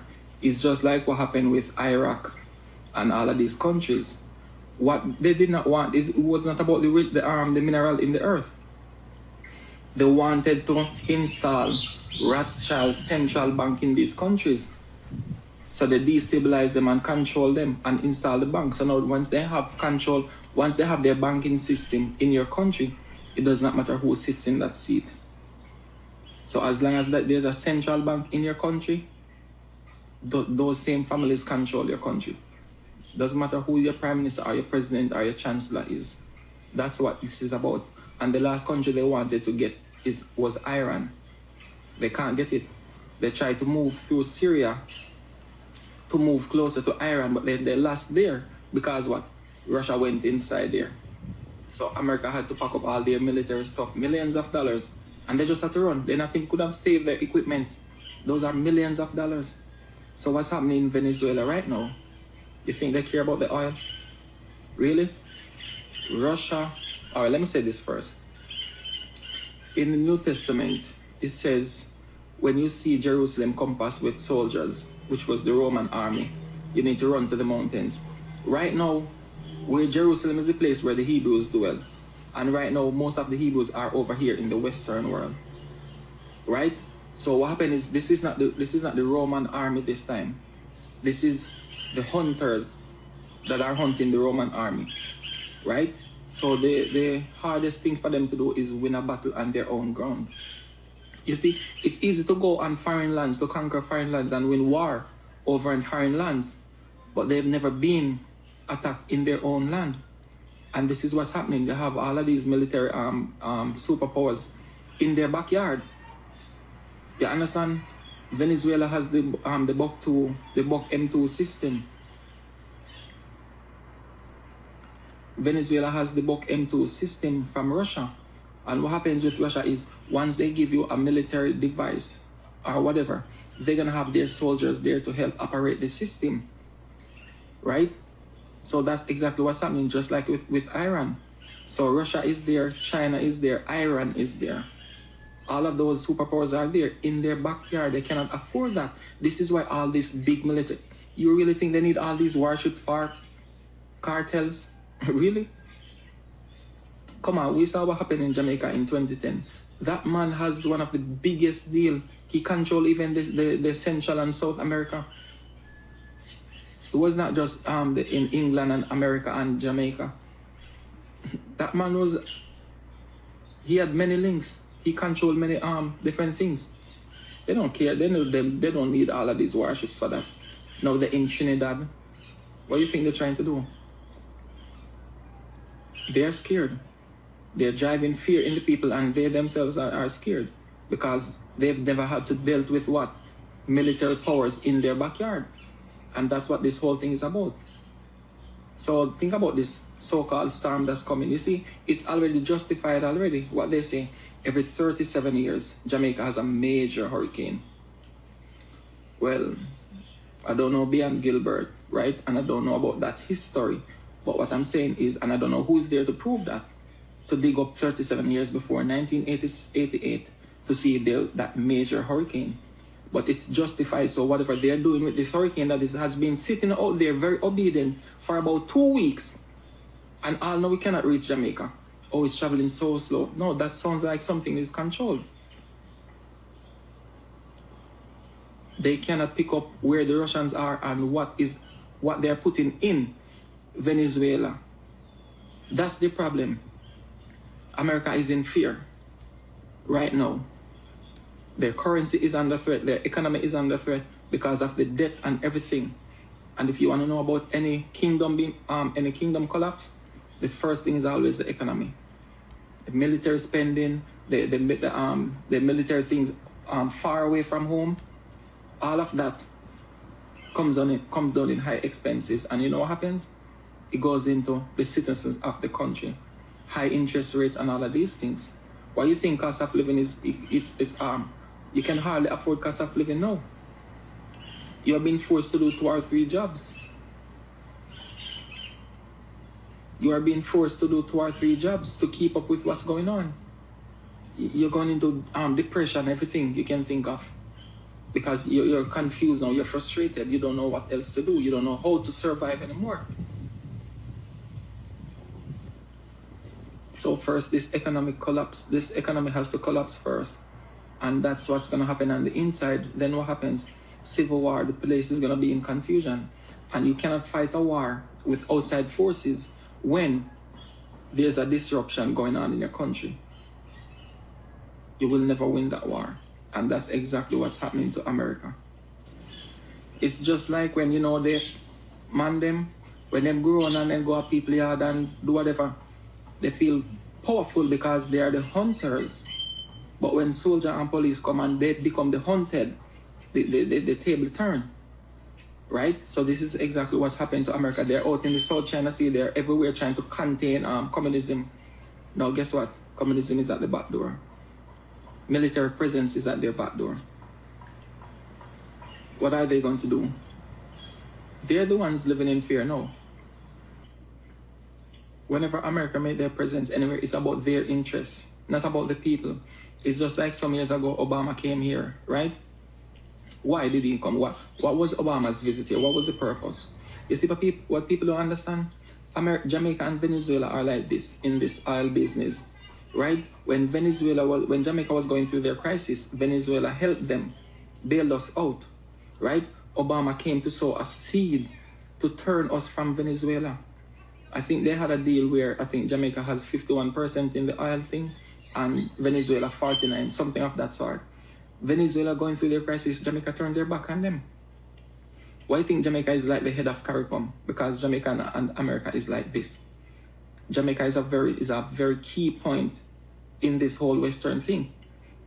If you remember when the 1812 war with Britain and USA, they thought Britain was gonna attack them from Canada. No, they used Jamaica. So this is the only place that America cannot afford to lose in the Caribbean. They don't care about what's that place where the lady turned to she's now a Republican type of country. I don't remember that place, but they don't care about these things. Jamaica is a stronghold for America and they can't afford to lose it. Remember the Prime Minister visited China for about 9 days, right? And then I'll Tapia say, yo, he need to tell the people them, because guess what, I know we don't know what in what China go do. But some deal make, because China them get some land and something too. So some deal have to make. You understand? Then what happen now? We don't know what Donald Tapia, what Andrew Holness, what kind of conversation he have with the Americans them again now. Afterwards, Donald Tapia come back and say, yo, we in Jamaica is like this. You understand? We are friends from long time. That means there's something again transpire. The Prime Minister still not come out and talk about all of these things. Jamaica citizens don't know. You understand? This reminds me of the movie Woman King, when after the women then come back from war and the people were cheering them on, and the lady was saying to the other lady, hey, look at these people. She was saying, hey, they don't know when war is coming. This is where we are today, the citizens. We don't know when war is coming. We don't know anything about war. We're not equipped. We don't have any knowledge, anything about war. These people are prepared. If there's a little pan of water right there, you know what they do? They get some excavator and dig it out and put some fish there. They're living for survival. Look at us today. Preparing for a hurricane, what? Storming supermarkets, eating unalive food. Oh, we have a refrigerator now, so we can eat all of those things. But then, how did you live? You have somebody come by, you just ground at the back, you slaughter a goat, or a cow or some birds, whatever it is, and you eat it fresh. The blood just draining out of it fresh. You understand? You store food for how much days because you have a refrigerator. We didn't do that. There's only one time we eat stored foods. And we have to go by the moon. So we do it on the 6th day. That's the only time we store foods. A fresh food we eat like the Chinese. Even though they eat all type of, but they get the point, they eat fresh foods. They rather go out there, so catch a bird, catch this. They ask the Jamaican, hey, catch some parboils, pay a $5,000, probably price gone up now, 8,000. You understand? But the real point is what's happening here with all these military presence is way bigger than what they're trying to put out. They're covering something. And this is not a war for minerals in the earth. This is a country under threat, under military threat. Because nobody has done this before. It's just like when Hannibal was entering into Rome, marching through the Alps. Who dares to go on Roman soil to make war with them? You have to be out of your mind to do that. Well, Putin is the new Hannibal, and America is a representation of Mother Rome. The war is coming home to the West. People, you can't go work enough to maintain cost of living. The only thing right now, gather food, plant food, have access to food. You understand? Because when hunger drives you to madness, it's a whole different thing. Unite, come together for a common purpose. Who have lands, do what you need to do. Lead a team, lead a tribe, lead a household, lead a community. And that's where the thing is. We have to prepare for what is to come. It is inevitable. All right. And you have to know your tribes. We talk about certain things that... He was right on. What he hit was right on. Now, there's so many levels, and that's why I wanted to use this video. And the brother is right on in a lot of areas. Number one, there's levels to this. There's the spiritual level. There's the political level. And then there's the civilian level.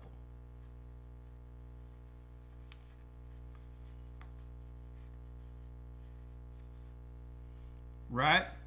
The spiritual level is that what? The Most High talks about a cataclysm at the very end where there's total chaos in the earth, aimed towards destroying God's people from rising, which in essence in the Bible is coined Jacob's trouble. Now that's the biblical perspective. The whole world economy runs off of our people serving at the bottom of the pyramid. When the Most High began to awaken our people, it destabilized all governments. Because all governments were built off of the curses of our people. So there's been a domino effect, a reverberating, if you will, of all governments since the Most High began the awakening. So that's going on one level. Then there's the political level. The policies they must keep in place to keep our people in place as a permanent service class. By any means necessary, they must accomplish that on a political level all over the earth. With all the nations in collusion, in an agreement that we read of in Psalms 83, to keep the status quo. Keep Jacob asleep, keep Jacob on the bottom, keep Jacob controlled. Okay? So they're going to come at us from different angles with different levels of warfare. But really, they're seeking the same outcome. They need to keep their power, the government, the Gentile power, and keep our people at bay, on the bottom as long as possible. Then you have the civilian level. Let's talk about it from a civilian level now. The civilians, especially in the Western world, have become domesticated, which means we were raised to believe that food grows in supermarkets. Okay? So the first thing comes to our mind is not how to get the food before it comes to the supermarket, but to believe that magically food pops up at a corner store or at a fast food restaurant and or at the supermarkets. When now, as a form of warfare, they have created food deserts in places mainly where our people reside. They're saying, well, these people are becoming restless. They're becoming uncontrollable. So we're looking at political mechanisms that they've put in place because our people are waking up. And they're going to ramp up the war. They'll just continue the war. But the only way we'll survive it is to lean on our God and through Christ, who's in full control of everything. Elder Lawya and I just went into a great lesson through the Spirit of the Almighty this last Sunday. And what we went into was showing you how things work from a principality side, the invisible side, what we're up against. How the world religions and the spirits they worship are utilized as weapons against the unrighteous. But they can only utilize their magic and their evil against us if we comply with the wickedness that they aim towards our people. So there's rules of engagement, and we went into that last academy to understand the spiritual warfare. When the merchants come here to America to sell us stuff, they don't come with just products. They come with religion. They come with spirits to control us. Folks, understand this. The merchants who bring products, the merchants in of itself or the products is the Trojan horse they use to get next to us, only to release spirits of control against us. We talked about that. At the end of the day, in a nutshell, what we're saying, you folks, everything that you see going on in the earth has been and is all about us. We're God's treasure. Through us, the whole earth is blessed. Only if they can control us. Right? So we need to break free. I'm going to go into how we break free in a moment. But let's go into breaking down what the brother was talking about. Venezuela. How Jamaica was always used as a military strategic point in the Atlantic for warfare against enemy islands or enemy countries in the region or in proximity. When Venezuela would get out of pocket with Chavez, guess what? The United States, Great Britain always had Jamaica as a military port. The same way America has Hawaii as a military port between in the Pacific between America and going into Asia. What we're missing here is that right before they talked about this storm, the continual war of regime change against Venezuela.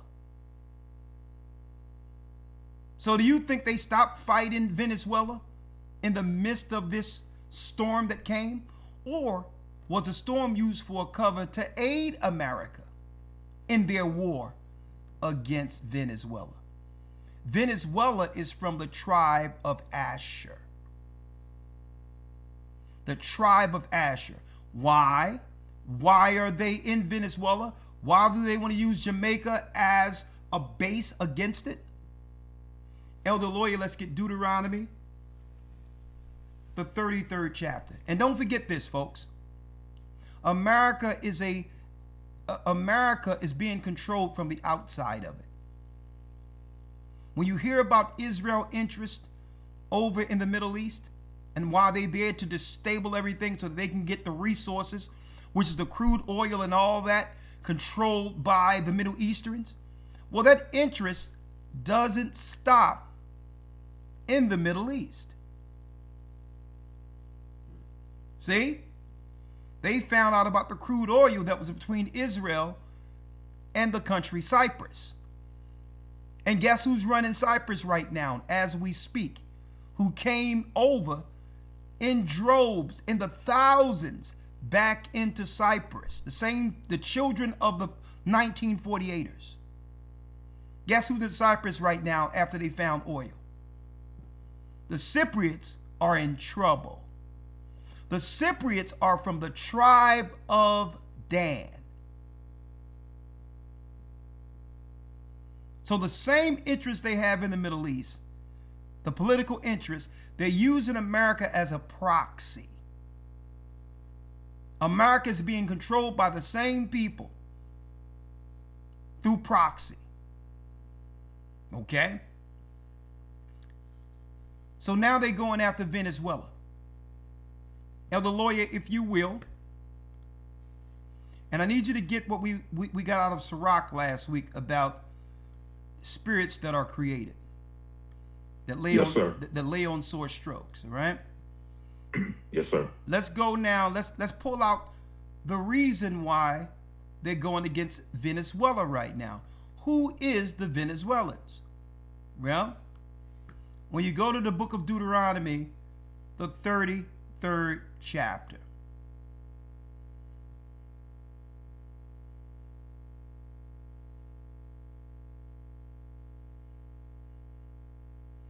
And 24. Hold on, let me pull you in here, Elder Lawya. Right here. If you will. So we're giving you the breakdown prophetically of what's going on. The brother was able to quantify it in a couple of moments. That's why, I'm glad I played that video. He's right on point. A lot of people don't understand weather warfare and the spirits that are behind it, and how they're using weather as a form of control. When you see weather, when you see storms, you are witnessing a spirit.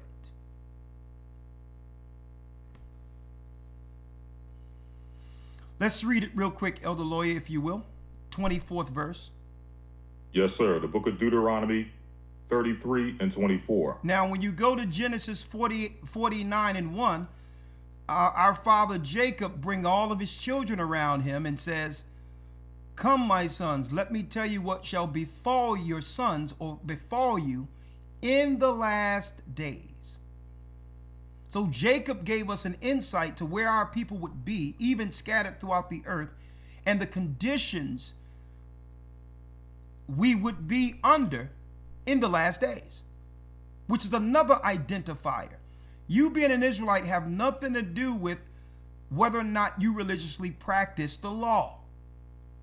A lot of people try to say, well, we found someone practicing the law here, and that makes them Hebrews. No, you can have a person totally ignorant to the laws of God, but through bloodline are the children of God. Okay? Now, in Asher, he said, read. And of Asher he said, "Let Asher be blessed with children. Let him be acceptable to his brethren, and let him dip his foot in oil." And let him dip his foot in oil. A prophecy of Israel in the last days. This right here. So this is why the same people who's looking to gain control over the Middle East and take their oil is coming against Venezuela. When Trump got into office, he made a pact with Israel. It was known well before. We showed people that before the election.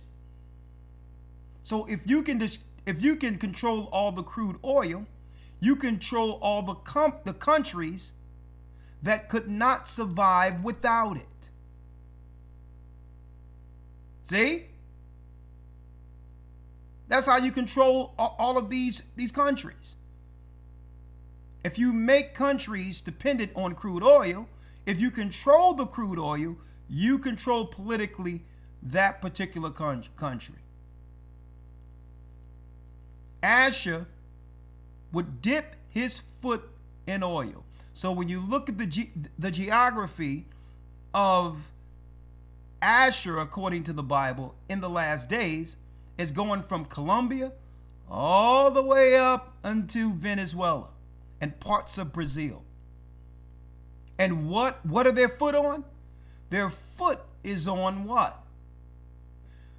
The greatest oil resource on the earth, more than the Middle East, is under Venezuela, the tribe of Asher. Dip his foot in oil. See this? So now, if you can make this smoke screen before everyone, in the midst of going in for regime change, and what's the smoke screen? Could they create? Do they have the technology to create storms? Well, let's see. Let's see. Check this out.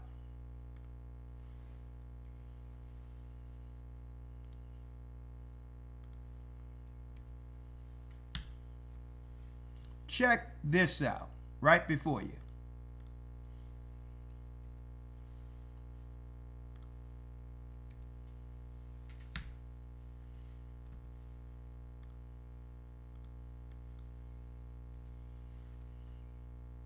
One at a time.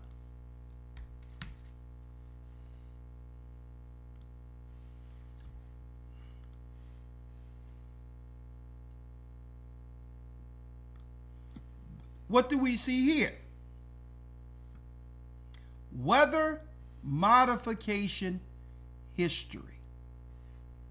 Now, hence the reason why they're telling you it's global warming and all that, because you'll question all your tax money going into these science projects. That's really funding war. See? So now they can explain off the phenomenons when they turn on their machines by claiming, well, it's global warming to why this disaster happened out of nowhere, right? Blaming people at the same time taxing you to fund the machine. What are we reading here? The Convention of the Prohibition of Military or any other hostile use of environmental modification techniques. Now, folks, this is an actual international law that was drew up as a treaty. For those who don't know. See? The United States Department of State, the Convention of Prohibition of Military or any other hostile use of environmental modification techniques. All right? It was signed in Geneva, May 18th, 1977. See, under the Geneva laws, there's certain levels of warfare used against another country that they would deem an international crime. So let's talk about this. What is environmental modification? Use of environmental techniques for hostile purposes. Let me blow it up so you can see it. Does not play a major role in military plan at the present time. Such techniques might be developed in the future, they said at that time. However, and would pose a threat of serious damage unless action was taken to prohibit their use. In 1972, the U.S. government renounced the use of climate modification techniques for hostile purposes, even if their development were proved to be feasible in the future. Both the United States and the Senate and the House of Representatives held hearings beginning in 1972, and the Senate adopted a resolution in 1973 calling for an international agreement prohibiting the use of any environmental or geophysical modification activity as a weapon of war. So in essence, other countries cannot use their weapon warfare against us, and we agree not to use it against them. Or we agree when it's used in an alliance against a common enemy. See how it works? So if this didn't exist, why were they discussing this in the 70s? In response of this resolution, the president ordered the Department of Defense to undertake an in-depth review of the military aspects of weather and other environmental modification techniques. The results of this study and a subsequent interagency study led to the U.S. government decision to seek agreement with the Soviet Union, Russia, to explore the possibilities of an international agreement. During the summit meeting in Moscow in July 1974, President Nixon and General Secretary Brezhnev formally agreed to hold bilateral discussions on how to bring about the most effective measures possible to overcome the dangers of the use of environmental modification techniques for military purposes. 3 sets of discussions were held in 1974, 1975. And folks, if you think it's a coincidence they're talking about this coming straight out of civil rights, you have another thing coming. If they can't control us under the blatant racism, the overt racism, they'll find other ways to keep us in order. See? Resulting in an agreement on a common approach and common language. In August 1975, the chief representative of the United States and the Soviet delegations to the Congress of the Committee of Disarmament tabled in parallel identical draft text of a convention on the prohibition of military or any hostile use of environmental modification techniques. Now, this would be also in conjunction with what they were doing out in space. Well, not in space, outside the Earth when it comes to the satellites. They were putting all this in play right after the 60s, folks. And guess what? There was a treaty signed between America and Russia so that they could not use these particular weapons of war against one another. What types of weapons of war? Using the environment, weather. Using the weather. If y'all don't know this exists, now you know. High Frequency Active Auroral Research Program called HAARP. Antennas for miles shoot heat up into the ionosphere, and through this move storms around. This is a military weapon. And when they put HAARP on the grid, when they turn this on in conjunction with CERN later, it released an environmental strategic weapon, an invisible weapon that the world didn't know exist since ancient times, when what? Governments would sacrifice to appease the gods. See? They would sacrifice so not to have storms go against them. So what did they know? The invisible weaponry that comes through warfare. That storms are connected with spirits. Huh? As in the days of Noah, we're in the same thing again. So now they can use what? DARPA. They can use different systems aimed all together to war against the civilians of the earth, unbeknownst to them. The majority of the world will just believe it was a simple storm. A simple storm. When in old times, our grandparents knew better. Hey, there's a storm coming. Turn off all the lights. Be quiet when there's lightning. God is talking. Okay. A lot of us believe that we have more, that we're out of touch compared to how spiritually in touch our grandparents were and great grandparents were. We may think that we are highly educated and have more information than them, but we weren't more spiritually connected than them. They knew better without going to school and all that. When storms and all that things is working, something spiritual is going down. Right? So let's talk about it. Elder Lawya. Yes, sir. Let's first get real quick Isaiah 29 and 6.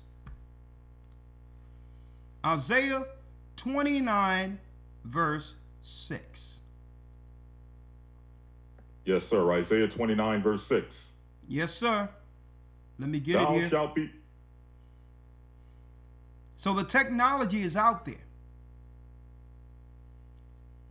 But all in all, it's really technology that's allowing what operates in the spiritual realm to come into full sight so that we can see it and experience it. Right?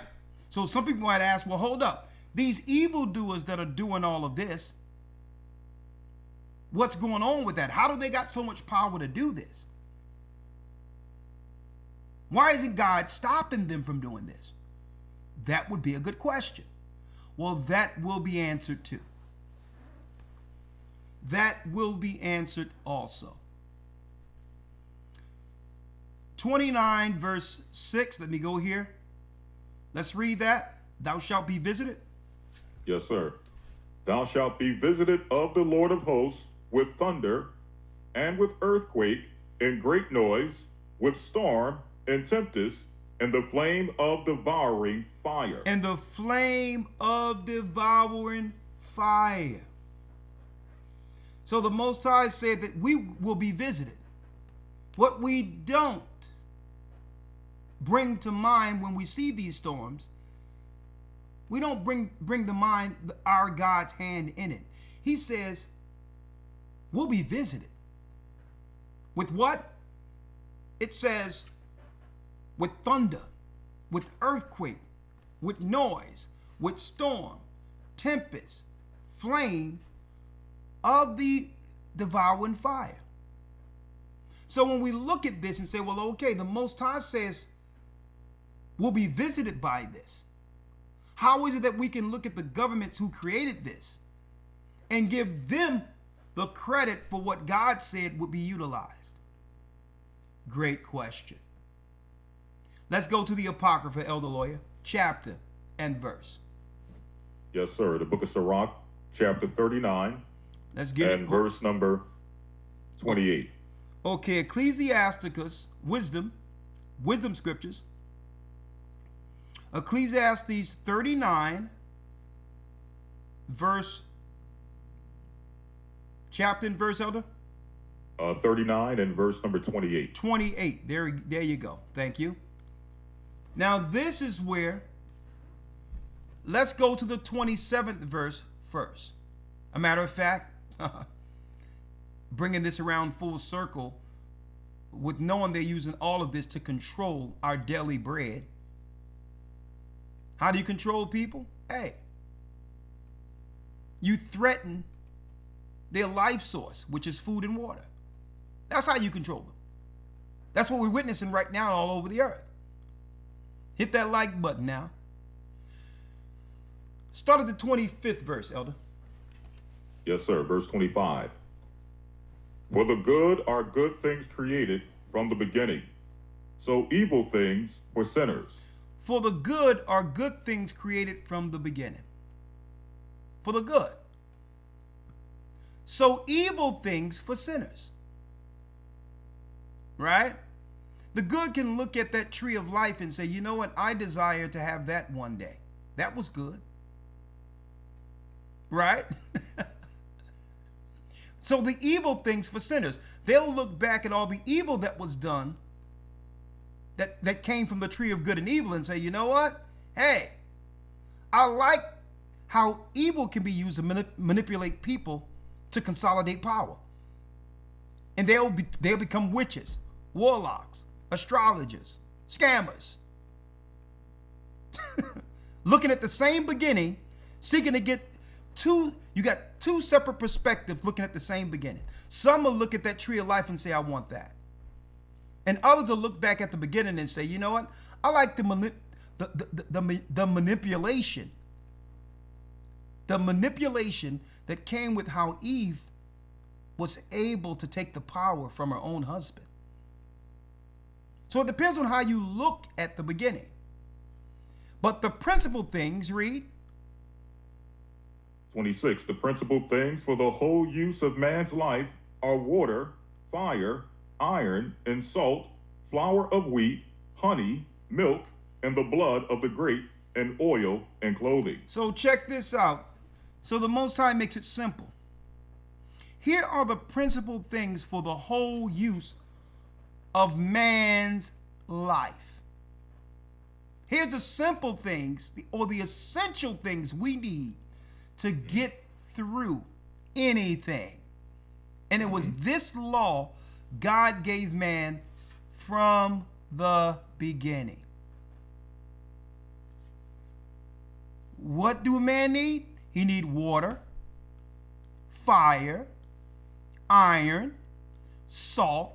And that's why I don't deal with that stuff when they tell people, hey, you can't be using salt, use substitute salt. Well, you know why they started saying that? Because salt was getting in the way of some of the stuff they were prescribing people and was killing it before the poisons could take in that was prescribed. So they started to make salt the enemy. Mm-hmm. When salt is a cleanser that cleanses the inside of us, and you weigh that with drinking water, and it becomes what? It cleanses us, folks. So when you can't be putting too much salt on your food and say, oh yeah, you're going to die, you're going to have this. They know that if you keep putting salt on your food, it's going to get in the way of the poisons and the side effects of the stuff they're giving you. When did salt become an enemy to people? I don't listen to nothing these fools tell me. Okay? You're going to tell me salt been here since the beginning of earth, and you're going to tell us we can't eat it. Right. You gotta be out of your mind. Salt, flour, wheat. That's right. Like I told y'all earlier, and I tell you, Elder Rawchaa is on a mission. We got a whole barrel, 660 pounds right here of organic wheat in the event of emergencies, and we got a lot more where that comes from. Getting stored.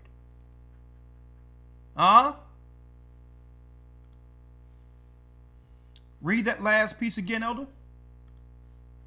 Yes, sir. Verse 26. The principal things for the whole use of man's life are water, fire, iron, and salt, flour of wheat, honey, milk, and the blood of the grape, and oil, and clothing. And it says honey, milk, and it's talking about raw milk, not this pasteurized garbage they're giving people. Mm-hmm. Raw milk. Raw milk is medicine. Raw milk keeps your teeth hard. Okay? I'm going to tell you that right now. Milk, these are all the things. The blood of grape. Okay, I think I see Gaja here. Shalom, Captain. Shalom, Elder. How you doing? I'm doing well. You found someplace stationary, huh? Yes, sir. Yes, sir. All right. So let me where's the Gaja in the house? All right. So what I'm going to do here, young man. Okay. Dave says he's on the road, so I'll catch him later. All right. What I'm going to do, Gaja. Yes, sir. Okay, you can hang up, and what I'll do is I'll text you. Matter of fact, in your message right here is Zoom. All right, let me jump on it right now. Okay, you can hang up and just jump on it. I'll bring you in. All right, right away. All right. All right. Let me see where he is. All praises. He can give us an update for Jamaica and the surrounding areas where there's a church. All praises be to the Most High. Zoom here. My brother, my brother, my brother. Let's go here.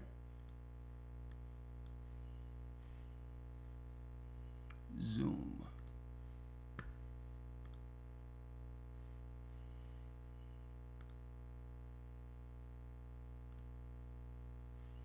One second.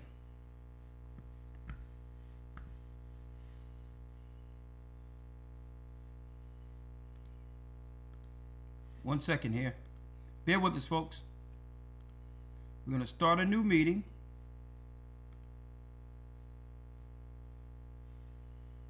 All right. Got that. Have that. And boom.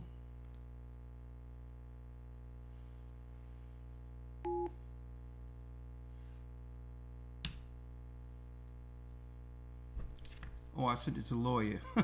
Hold on.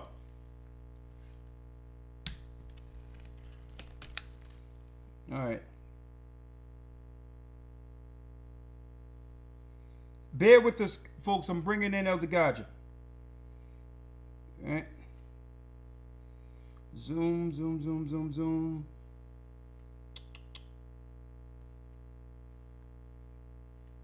There it is right here.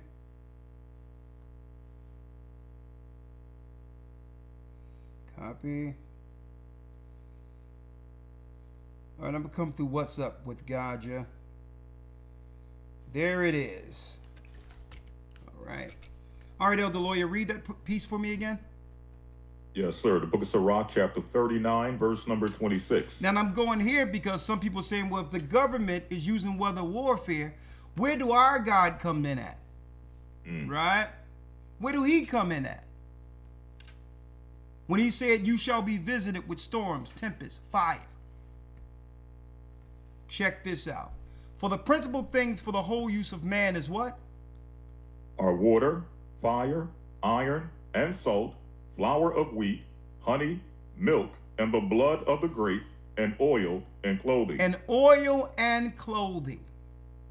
Okay? And not peanut oil, not soy oil, all that crap. Seed oils and all that other crap. Soy, that's poison. They use these particular names to hide the fact that you're being poisoned. All right? It's talking about stuff like olive oil, peanut oil, natural oils, no seed oils. That's poison. Right? Blood of grapes. Hey, you can get you some juice out of that, or you can let that thing ferment and have wine. The Bible says, take a little wine for the belly. Right? And clothing. That's all we need. 27. All these things are for good to the godly. So to the sinners they are turned into evil. Now, how are these things turned into evil? Our necessities. When you have a government through a commerce system will use what we need as a form of control over us by controlling these things. That's when it becomes evil, when people look at what we need and now get full control over it in an effort to control our lives. See? Oh, I know you need an EPT. I know you're getting your food. But if you don't do what we say, we're taking it from you. I know you need housing. I know you need clothing. But if you don't go along with what we're dealing with, we're going to hold all what you need over your heads. That's what a sinner would do. Right? All right, let me see. Zoom. There he is.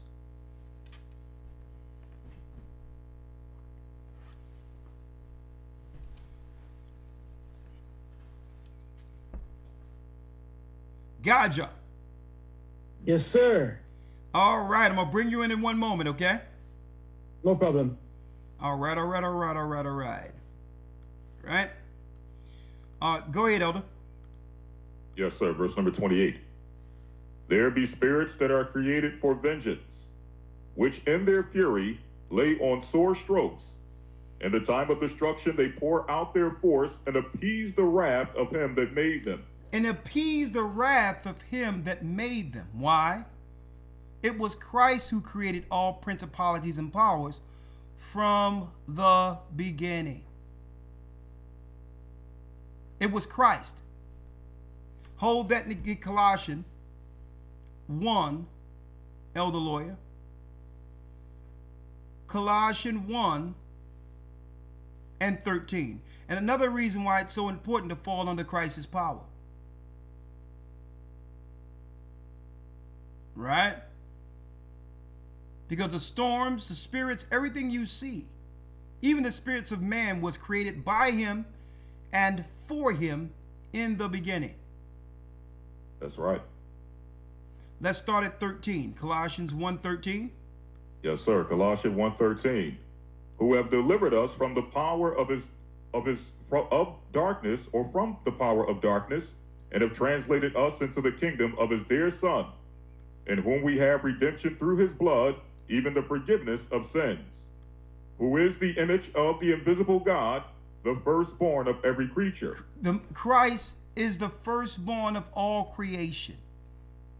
He's the first begotten of the Father before earth, which makes him the Son of God.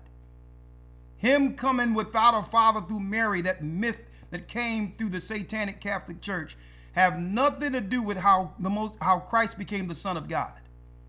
He was the Son of God from the beginning, before earth, who is the image of the invisible God, the firstborn of every creature, which means there was one point Christ did not exist. He came out of the Father. The Most High is the great I am. The Holy Spirit, Rawchaa, was taken out of the Father, a mirror of his purity. And after that happened, life came. The Spirit that would be what? Whom we know as Jesus Christ, or Yeshua in the ancient Hebrew. The firstborn of every creature, read. For by him were all things created that are in heaven and that are in earth, visible and invisible, whether they be thrones or dominions or principalities or powers, all things were created by him and for him. And he is before all things, and by him all things consist. And he is before all things, and by him all things consist. Read on. And he is the head of the body, the church. So the same Spirit that created all spirits from the beginning is the head of the original church he set up. Not these pagan harlot houses we see today. So if you're under the true spirit and doctrine that Christ brought to the earth, you're under the protection. And therefore, all the spirits that are under his power cannot harm you without permission. See how it works? Who is the beginning, read. Who is the beginning, the firstborn from the dead, that in all things he might have the preeminence. In all things he might have the preeminence. Now let's go back to the Apocrypha, Sirach. Yes, sir. Sirach chapter 39, verse number 28. Read 28. There be spirits that are created for vengeance, which in their fury lay on sore strokes. In the time of destruction they pour out their force and appease the wrath of him that made them. So eventually it would appease the wrath of him that made them. That's Christ. So when they let harp loose, when they do all these things and the spirits are cut loose in the earth, they can only appease who? The wrath of him that made them. They can only attack, kill, or destroy who Christ allowed them or direct them to. See? So if you're under sin and you're disobedient, now all this technology they're using to do this, they have the full authority to use it to rid the earth of the disobedient, the wicked. 29. Fire and hail and famine and death, all these were created for vengeance. All these were created for vengeance. Read. Teeth of wild beasts and scorpions, serpents and the sword, punishing the wicked to destruction. Punishing the wicked to destruction. So only those who need to fear are those who are in rebellion against God when these things happen. 31. They shall rejoice in his commandment, and they shall be ready upon earth when need is. And when their time is come, they shall not transgress his word. They shall not transgress his word. So even though they're using all these machines and these spirits are coming through, Christ is still in control.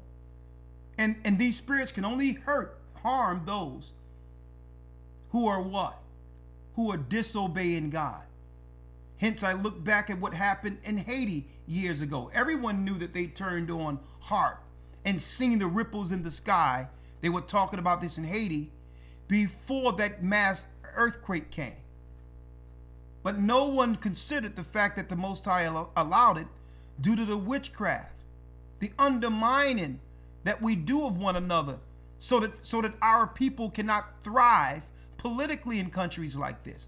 How we undermine and backbite each other, use witchcraft in Haiti against one another. So the Most High allowed those spirits to come through and sweep through and destroy.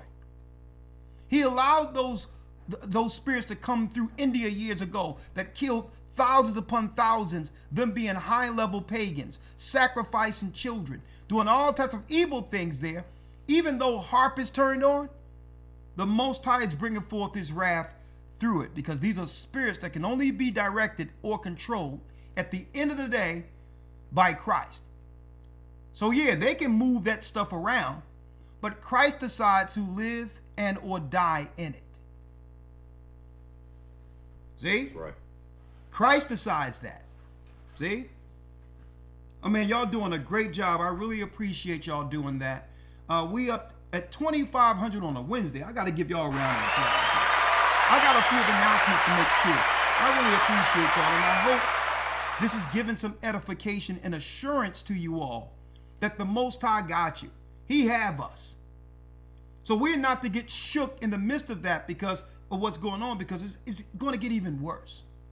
What we have in place, we have natural disaster funds, we have food funds, we got a lot of things. So if something happens in proximity of where our people are, whatever the case is, hey, we'll do everything we can to bring them the resources to make it through the eyes of storms. Right? And speaking of the eye of the storm, I have a few questions for Elder Rawchaa. So let's bring Elder Rawchaa in here. If you don't mind, Elder, I got two more precepts off the back that you just brought out. Okay, well, let's do that first then, and then bring out Elder. Yes, sir. Let's do it. All right. James 5:17 down to verse number 18. James 5 in the New Testament. James 5:17. Where it says, Elias? Yes, sir. Okay, I'll Because read. people always ask. I'll read it. You can break it down, but go ahead. Yes, sir. Go ahead. You say No, people. you can read it. No, you say people always ask. Go ahead. People tend to ask, how is this possible? And they like to keep this in the realm of conspiracy, the idea of manipulating or changing the course of weather. Well, the idea of changing the course of weather always existed. The difference is that in ancient times, that ability was propagated or made possible through prayer. Mm-hmm. So here's an example here of Elijah. Exactly. James 5:17. It's- Elias was a man made subject to like passions as we are, and he prayed earnestly that it might not rain. And it rained not on the earth by the space of 3 years and 6 months. So Elijah, through prayer, was able to change the course of weather to the point where it had not rained for 3 years and 6 months. Verse 18 says, and he prayed again, and the heaven gave rain, and the earth brought forth her fruit. And What that's does this have to do with? yeah. I'm sorry, go ahead. No, go ahead. Go ahead. Yes, sir. So what does this have to do with the enemy? Well, the enemy always seeks to carbon copy or replicate what the Most High does by creating shortcuts to manipulate things using metals or materials in the earth to try to carbon copy or replicate what was done in the ancient world through the Spirit, through prayer, through connecting with the Most High. Ephesians 2:2, and you can break this down. Yeah. No, I'm saying that's a great point you're bringing, because it's almost the same, but we use our connection with the Most High in Christ, and He brought forth the storms or the rain. He opened up the chambers, but we were able to do it through prayer or connection. Well, the enemy, being that he's the devil, he must do it through the machinery of the earth, the carnal way. See that? Because he don't have that same connection. Great point. What's next? Yes, sir. Yes, sir. Ephesians 2:2. You can break it down. Ephesians 2, verse 2. Let me grab it here in Ephesus.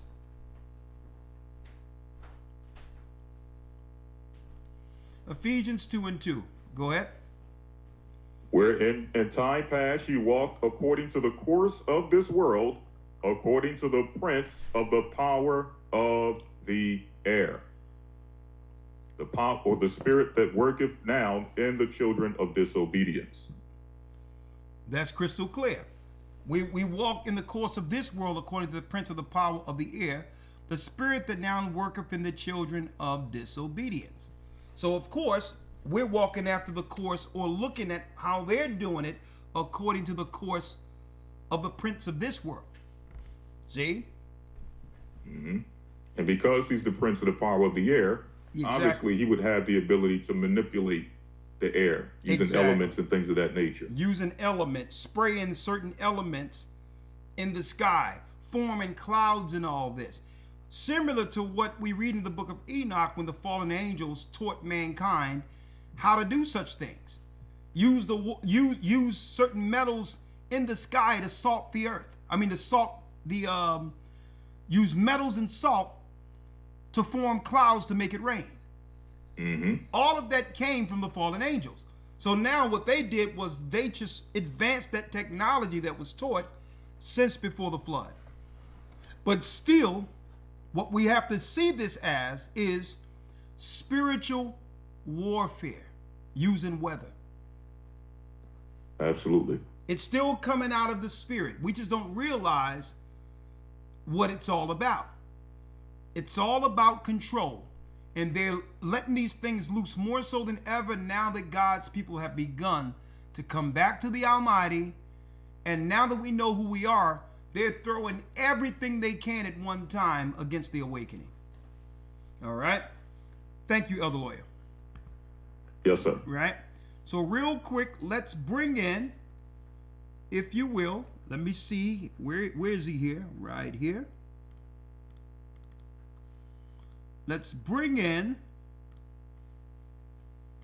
let's bring in Elder Rawchaa.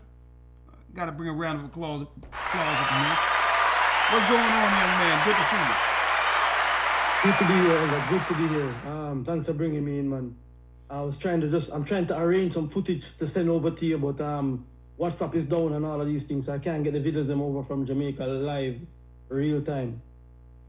Okay, so tell me, Gaja, what's going on? What do you know? Is first and foremost, are the brothers and sisters, are they good over in Barbados, Jamaica, all where the churches are in those areas? Yes, everyone's safe right now, as far as I know, up until this time. There's some brothers over in Westmoreland on the west end of the island that I've not heard from as yet. But Deacon Cliff is down there trying to do the rounds and trying to get in touch with everybody right now. So I'm waiting for him to give me an update and to make sure that everyone's safe. Okay, so you have the floor. What say you based on what's going on? All right, man. First and foremost, I want to say all praises to the Most High in the name of Yeshua, the Holy One of Israel. And I had a conversation earlier today, Elder, right? And someone was saying to me that, you know something, the Most High judged Jamaica. And I said, no, the Most High spared Jamaica. Because when you look at this system that them set up, right? This thing, and it's 100%, you know, it's 100% geoengineering. I sent you a link just then in your WhatsApp. Click on it for me, please, if you don't mind. Okay, you sent it through WhatsApp? Yeah, WhatsApp. It's on WhatsApp. Okay. It's a Google link. Okay, 1 second.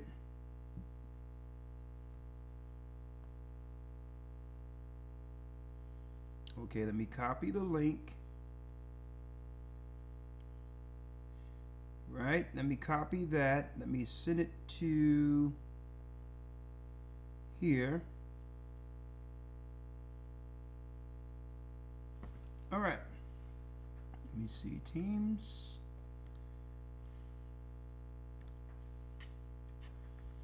All right, let's see here. Okay.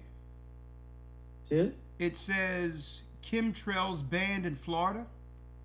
Yes. Now, why I put that there, right? Is that in Florida, the governor of Florida passed a law about geoengineering and chemicals spraying in the atmosphere. They haven't come out and said chemtrails, you know, but that's what it is. Now, for the past 15 years, if you tell anybody about chemtrails and that they can actually manipulate the weather, geoengineering, people look at you and say you're a conspiracy theorist. Okay, let me bring this in so they can see it. Let me bring this in so they can see it real quick. Right.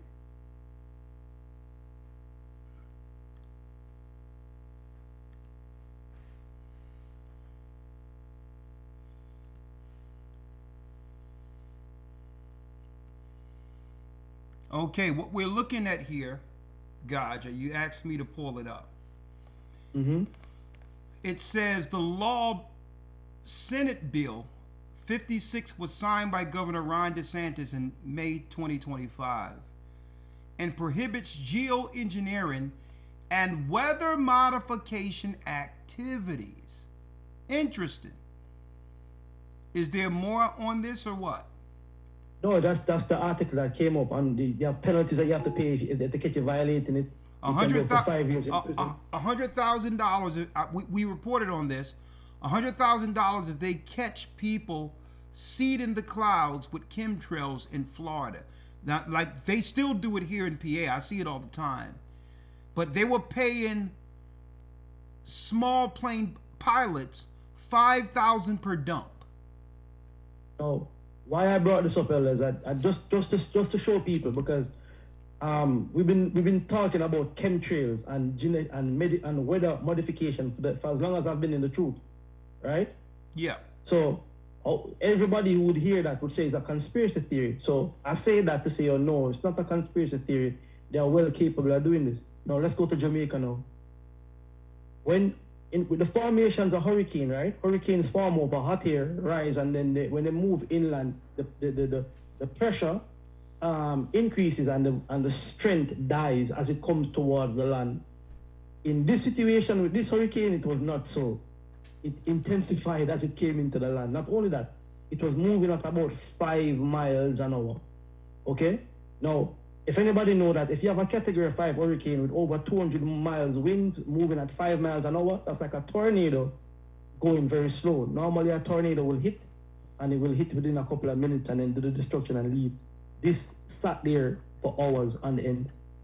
Not only that, and you can call me a conspiracy theorist if you want, anybody who's running into this. Not only that, every major media house from America was in Jamaica. 1, never seen that before. 2, the area in which the devastation happened, right? 2 things going on with that area. That's the south coast of Jamaica, where the government of Jamaica has sold all the drilling rights to oil companies like ExxonMobil, British Petroleum, etc., where they're drilling on the south coast for oil. They found oil, okay? In 2010, the Minister of Energy then signed a deal with Britain and America. So on the south coast of Jamaica right now, there is oil right there. The town or the parish in which was destroyed, St. Elizabeth Parish, from Black River all the way in, that's where you call the food basket of Jamaica. That's where them plant, that's where the most, like 90% of the vegetation come from St. Elizabeth, St. Best, all right, known for that. Now, they have just started to recover from the last hurricane that came through, and then now this happened. And this totally devastated the whole coast coming in. You with me? So there is no food coming for the last reaping now of autumn. There is no reaping now. So within another couple of weeks, the food prices are going to go up. Montego Bay got hit also extensively. Montego Bay is the tourist capital of Jamaica, where all the tourists come into. Now, if you hit Jamaica, hit the food, and then now you're hitting the what you call it, and you hit the tourists, the finances. Okay, it seems to me like a strategic hit on the island. So when people say like them say, oh, the Most High judged it, I think the Most High spared the people, because based on that destruction that came through, we should be here talking about dead people, and the Most High preserve life. So all praises again to the Most High, high in the name of Yeshua, for protecting us and giving us giving us another day. Let me tell you, the church was in a fast. They were praying, and praises to the Most High. Like I said, there's no casualties that I have heard of. You understand me? And praise the Most High. We're just giving our praises to the Most High, man. So outside of the houses and all that being destroyed, we can build that back, man. You get me? We can always build that back. So praise to the Most High again, like I said. You get me? This is a direct attempt to murder the Most High people. You with me? And the Most High standing in the way and go, nah, man, no, not yet. Like you just said before, Elder, before I came on, that Christ decides who goes and who stays, not them. You get me? And it's just another one to reinforce the faith of the brethren them again, man. To know that they stood it, that we never panic. We just stayed in prayer, we stayed unified, man, and the Most High spared us. That's deep that you're saying this, Gaja. Have you heard about their plan? Because you say even though they use there and turn the machine on, the Most High decide whether or not someone is harmed. Mm-hmm. Right? And like you said, it was fast and praying. I know I prayed. And I didn't know, this is the first I've heard that they were planning whole new areas in Jamaica, right? Whole new areas. Let me show you this.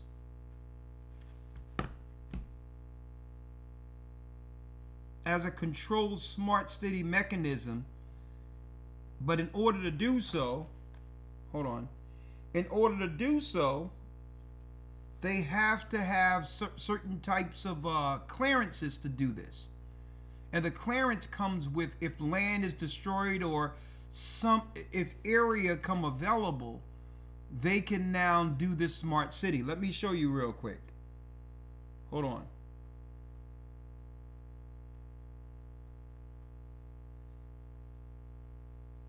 Let me show you. Listen to this.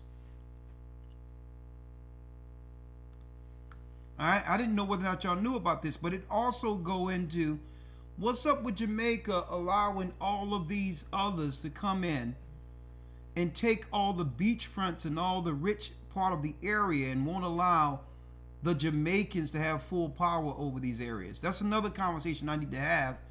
How could the Jamaican people, being the majority demographic there, allow that? I want to hear what you have to say on that. But let's go here. New Kingston to become Jamaica's smart city. I don't know if you heard about this. Let me play it. All right, this is very interesting. Check this out. Something is happening in Jamaica right now. Most people are focused on the hurricane, but behind the scenes, there is another kind of storm brewing, a digital one. And I'm not saying that any of this is connected, but check this out. Okay, so right before this hurricane exploded into a Category 5 in under 18 hours, one of the fastest intensifications ever recorded, Jamaica announced plans to transform Kingston into a smart city, and it's all part of the Vision 2030 Jamaica, a multi-billion-dollar program to rebuild, modernize, and digitalize the whole island. By 2030. I mean, come on, a digital island. Data-driven control, automated enforcement, CCTV on every corner, AI-based infrastructure, and even foreign funding flowing from the US. Now just think about this for a second. A $5 billion project, new digital districts, smart energy grids, centralized management systems, all being set up right now. And then suddenly, the worst storm in years sweeps straight across the region. Could this all just be a coincidence? Maybe it is. But it does make you wonder how often disaster and development seem to arrive together, and how easily people just accept total surveillance when it's packaged as control safety. Ultimately, those smart cities are being drawn up all over the world. Jamaica is not alone with this, from Africa to Asia, from the Caribbean all the way to Europe, each one promising efficiency, sustainability, and security. But the fine print always includes the same thing: monetarization, automation, and control. All I'm saying is, right now, beautiful people, when the world rebuilds, who really designs the future? So, as they're going to now have to rebuild Kingston after the storm, just keep your eyes open, watch who funds these projects and watch what data they collect. Because sometimes the story's not in the disaster, it's what gets built after. And I'm not telling you what to think, I'm just saying to think. But obviously, for the centuries, and this was all just for entertainment, once again, and I'm as fictional as a dinosaur, baby. You know anything about this? All right, this... Yeah, man. This is part of the 2030 plan where I'm looking to build. I'm looking to extend the city from downtown all the way out to Harborview. That is something I know about. Now, the only thing with this particular blogger here is that the damage wasn't done in Kingston. It was done in St. Elizabeth, which is on the other side of the island. Yeah. And what I more think it's in line with is that side of the island is where they found the oil. So if they're gonna do any reconstruction, it would be into that city first. You understand, into that town. So they just devastate it and then go and rebuild it. That's what I think, though. You understand me? But okay. There was no damage done to Kingston per se. Well, so that's the only. Yeah. Go on. No, I'm saying you would have more knowledge being from there, so that's why I have you on to give us the proper insight. Yeah. Right? Yeah. Now let me ask. Let me ask. Go ahead, Gotcha. Then I'll move to the next thing. No man. Go ahead. I'm listening. Okay. Yeah. Now you mentioned something that stood out to me. You said, well, even though they were claiming that this category storm, 2 storms at once would probably wipe out Jamaica in different areas, that you, based on the reports, you would say, okay, the Most High spared Jamaica, right? Yes. But how long do you think that he's going to, in your opinion, because they're seeking to do this by 2030, and some of the things that you're saying about Jamaica that you've talked to me one-on-one, it won't be long before the Most High just allow whatever judgment to come there happens. Like you said that, and if you want to, mention this to the brothers and sisters, that there was a rash of women coming up missing, wives of husbands, based on husbands finding out that their woman was dealing with voodoo or witchcraft and had craft against their own husbands, and that husbands started retaliating by doing what they needed to do to rid themselves of the spell, which is, capital punishment to some degree. and the governments knew that these women were actually, getting exterminated, if you will, because of the witchcraft, the rise in witchcraft in Jamaica. What say you on that? All right. So to the first part of your question, when you say how long you think this would continue with the Most High before the Most High bring judgment, I am seeing a shift in the ways of life, so to speak, of the people in Jamaica. Yeah. Like, for example, you mean a positive shift? Yes, sir. Positive. All right. An example is that 10 years ago, if I was to bring up certain conversation, people wouldn't receive it, but now people listening to it. People are like, okay. You understand me? It's like almost like a mass awakening going on the island. You understand me? And I think what has induced that, what has caused that, is because of people seeing that the lies being told as it relates to what went on in 2020. People seeing that, people understand that it must be there's an agenda out there right now against the people. When you talk to them a lot about the jobs and all of these things, people more tuned in or including about it. So I see an awakening going on in that breath. That said, yeah, the debacle is there. The government is pushing the debacle. The government is allowing all of these people to come in from India and wherever and push witchcraft on the people. Not that it wasn't there, not that the people aren't guilty of doing it themselves, but they are pushing it on them right now. They're making it even though it's on the books as being illegal, they don't enforce them laws. You understand me? So it is like the common people, the local people. I think there's a shift with them, but the government has an agenda. The government is fully entrenched with the mark of the beast system and is ready to push that. And whatever they get paid to by the higher ups, they'll collect it without hesitation. You understand me? So that is the dynamics I see going on right now. Like I said, I've been in contact, even though I'm not on the island, I'm in contact with everybody on the island within my my circle. See, but this is why I'm asking you, right? I'm asking you because I hear this dynamic of Jamaica, as well as the dynamic of what I hear, a similar reason to why Africa and our people in Africa say that we can't advance because the politicians are corrupt. Okay. And there's more of us in those areas than it is the people that are controlling us. Right? And then I look at, not in comparison, but I'm trying to see where the dynamic is different at. You have us in America, Judah, who's the vast minority. But when we see things are pushing up against us, we shut things down. We don't care. So they'll have to do other things. They'll bring in other people to undermine us. Right? They'll bring in other people and put them in political positions and pass laws from other countries like Africa, like Jamaica. But all in all, even though they're corrupt, they understand that even with Judah from the beginning, when you rock the boat against us over here being the minority, the country shuts down. We don't care. Listen, everything is going to stop until we come to an understanding. We're not hearing that stuff. The government is corrupt. And see, but that's what I don't know what that anomaly is, right? Let me see if I can quantify it for you, right? Yeah. Now, when it comes to a place like Jamaica and Africa, all right? Yeah. The divide is very vast. The poor and there's not really a middle class. You understand me? It's either you have it or you don't. Yeah. So what the politicians do in that case now, when you have the people that are without, right? These are the people that they have in the pockets. So they'll come into the communities, and because people just worry about day-to-day activities.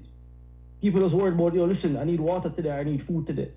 And these are the people that they manipulate. So they get them and they say, all right, then the election coming up next week, we're gonna just pay your money and then you just come and vote for us.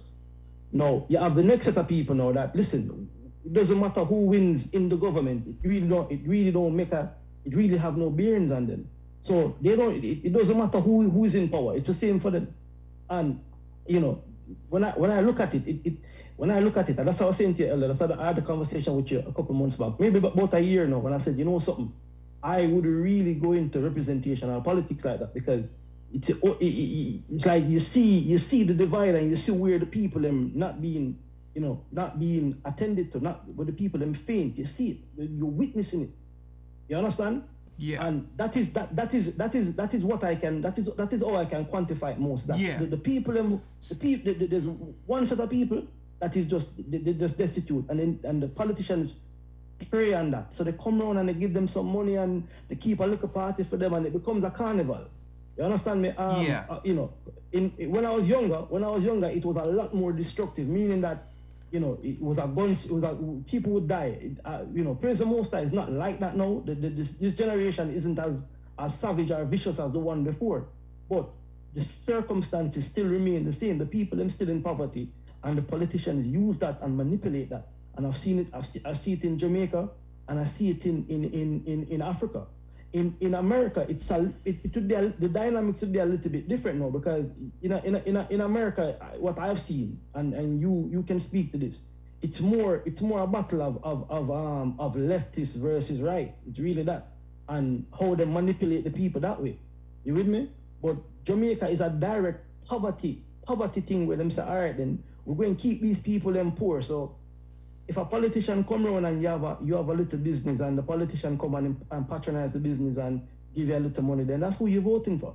You know, if you have your children them school fees to pay, and you pay, the politician come and say, all right, we'll waive the school fee, or we get the school fee paid. That's who you're voting for. Or them come around and them give you money in your hand, literally in your hand. You understand me? And that's who you vote. That's who you're voting for. Yeah. So that is really. That's really. Yeah, but I understand what you're saying. I'm not talking about the voting system, and maybe we can have a broadcast like this, just in of itself, right? Because I'm not saying right, wrong, or indifferent. I'm just trying to view the dynamics. So I'm viewing the dynamics in a way that we can cut through, and get our people on one accord. Because this is what I'm saying. Now that I look at the dynamics, I'm like, okay. Something is different with Judah here in America. And now I understand. I thought about it, and I'm like, I know what it is. It's in the Bible. Right? It's in the Bible. Mm-hmm. And I don't think we have actually, when it talks about the tents of Judah, it's there. The tents of Judah first. Give me that, Lawya. And Zechariah. Yes, sir. It's Zechariah. Zechariah 12. That's it. This is it. You know what? I answered my own question almost, because I thought about it just from a political standpoint, how we viewing it now. Like we would have, if we was in Africa, like the way we are in America, if we was in Jamaica, the way blacks are in America, they wouldn't be able to use politicians to do anything. I'm going to tell you why. I'm going to tell you why. Right? And I thought about that. Chattel slavery, what happened to us over here, it turned us into one tribe where every person was so important.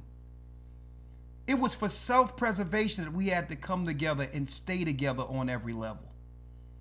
So when we got into politics, we couldn't void ourselves or separate ourselves from what just happened to us in slavery. We were in politics to do what we could for our people because we were in slavery. We didn't become doctors and all these others just to become a part of the American dream. We did it to survive. Right? So it doesn't matter. You can't bribe that type of unity. If we didn't stay together after slavery, we would have ceased to exist. And that created something different. We were on a cusp We was on the cusp of extinction. Something kicks in when you must live and come together as one tribe in order to survive. And innately, something happened with us here because of that. And then once I thought about that, I was like, this is why they have to undermine us politically, because something was created out of us different here. Listen to this. When you read Zechariah 12:7, it says, the Lord also, listen, the Lord also shall save the tents of Judah first, that the glory of the house of David and the glory of the inhabitants of Jerusalem, which are the other 10 tribes, do not magnify themselves against Judah. Well, what was the event that allowed us to come together to be saved first? It came out of chattel slavery. So based on our experience here, we had to fight the white man tooth and nail, Esau, just to get on equal footing to be respected with them. And that created something. It was something that it would be that the Most High would utilize to bring all 12 tribes together and say, listen, we got to survive now as one tribe, being the 12 tribes, like Judah survived slavery in America. That the glory of the house of David and the glory of the inhabitants of Jerusalem did not magnify themselves against Judah. He rallied Judah together through the circumstances. So if we made it through this, we're willing to fight Esau through everything. We don't care. So if they don't get right, it all shuts down. And us being the minority. See, but this is why they begin to pacify Judah to a degree, because they didn't want that spirit to begin to spread amongst the other 12 tribes. The other 12 tribes, to some degree, can be controlled from the top down politically. And if they can control the politics by starving the people, then guess what? They'll keep it that way. But Judah going to be like, well, no. The politicians ain't going to eat, and no one is going to eat until we all get this thing right. That's what Judah did in America. That's what Judah continue to do. And that's why they must undermine Judah politically. And it's time that, and I'm going to tell you, that all the tribes, the Most High is going to force them into that same spirit. Because if we don't come together for self-preservation, they're going to destroy us anyway. But I digress. Anything you have to say on that, Lawyer? No, sir. No, sir. Okay. All right. So I just wanted to put that out there because I could never understand, Gaja, with our people being the majority in Africa, being ran by some few dudes, politicians in position, who's controlled by the Western world. And the only difference between them, the politicians in position, and the people they're controlling is the fact that they put that person in a fancy house and put some clothes on it. A different set of royal clothes on him. I never understood. I'm like, we are the vast majority. So you see, I mean, the only thing I can say to it, right? That's the common denominator, being that I've seen it where I'm from and been to Africa and seen it also, right?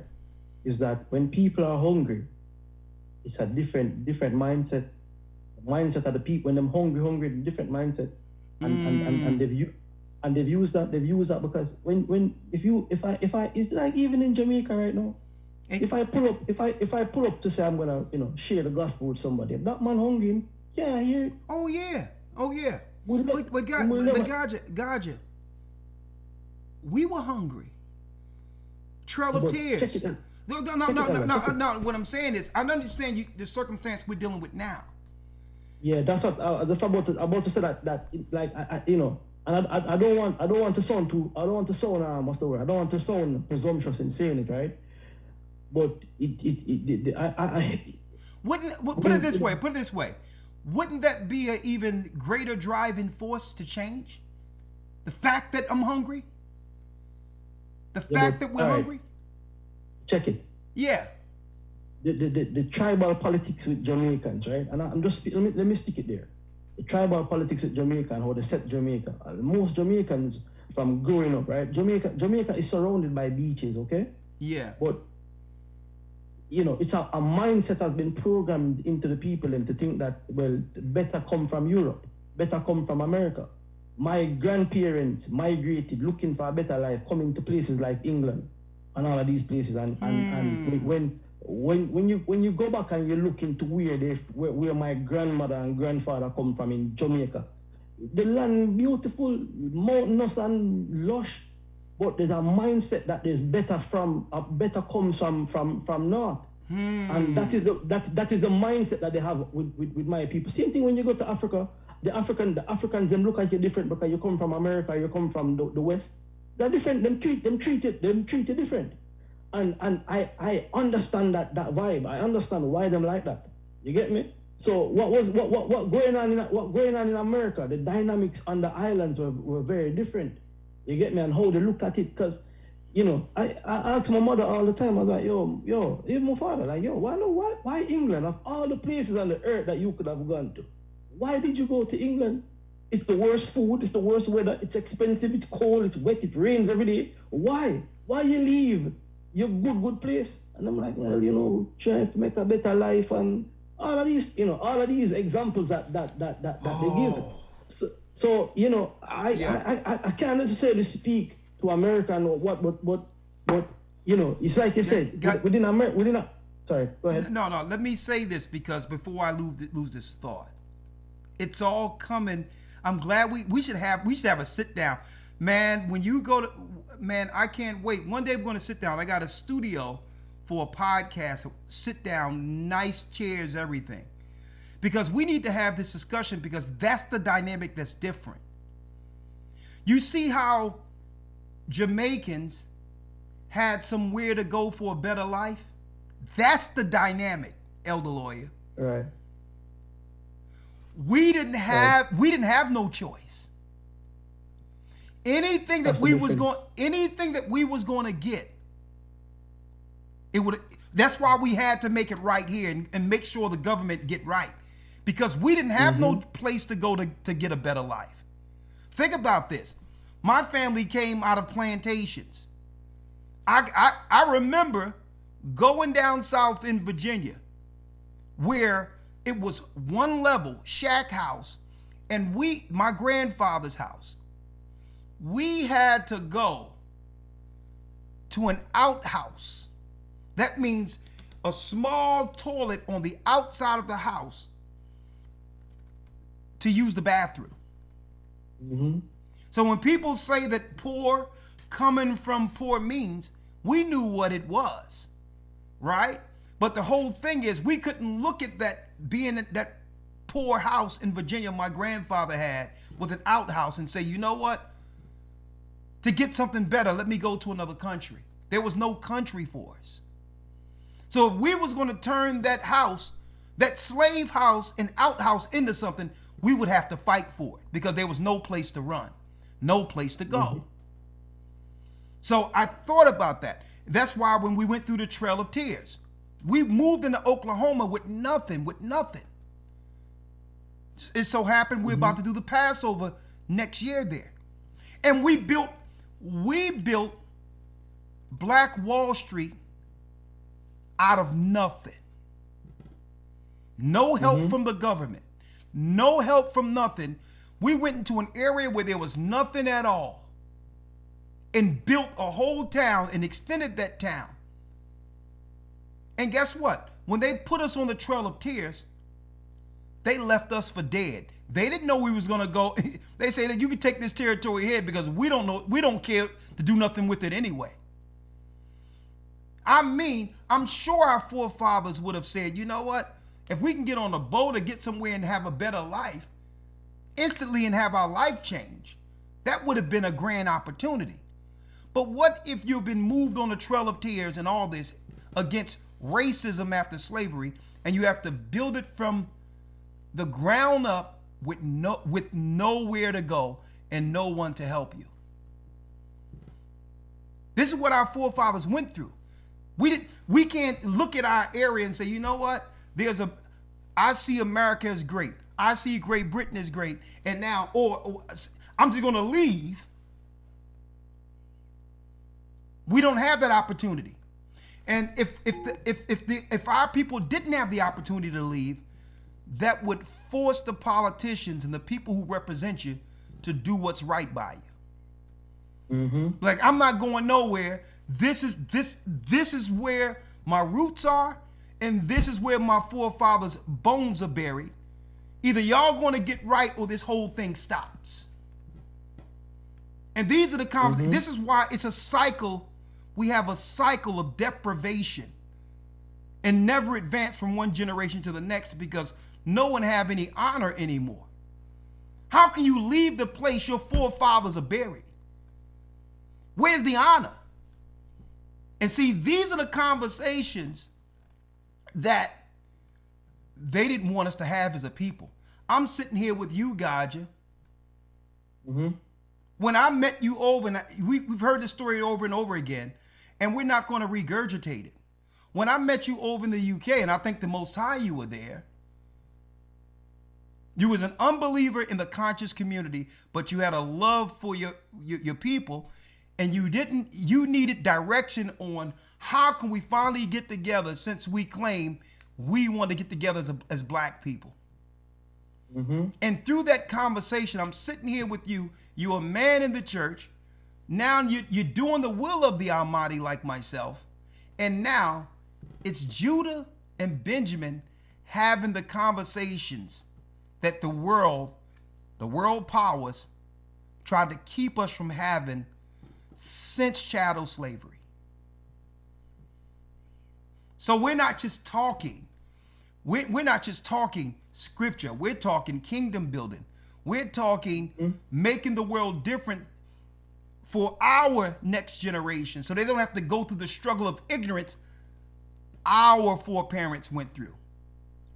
Just us sitting here, Judah, Benjamin, and I call Levi in, Simeon.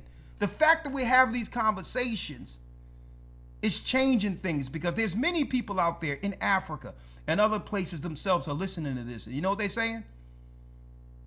You know what? What Elder Rawchaa and what they're saying here is right. Why do we got to keep leaving when people have to make it right for us right now? How can other nations come in our country and rake all of our resources and keep us destitute while a few men over us keep us impoverished? And the example that our brothers will have is, look at Judah, who was left for dead in America, who had no place to go, who stuck together and survived through it all to the point where where even the white man had to do what? Had to get right. Because they had no place to go.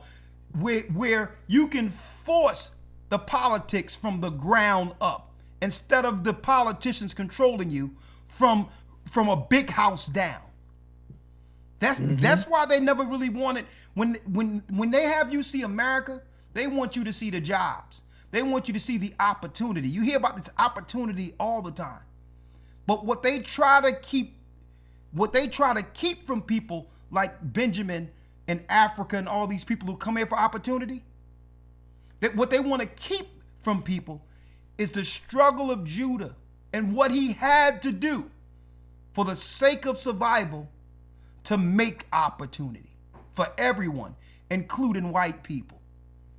They try to keep that out of the sphere of conversation. This opportunity didn't come just because this is America. That opportunity didn't come because the white man was so smart and this was America.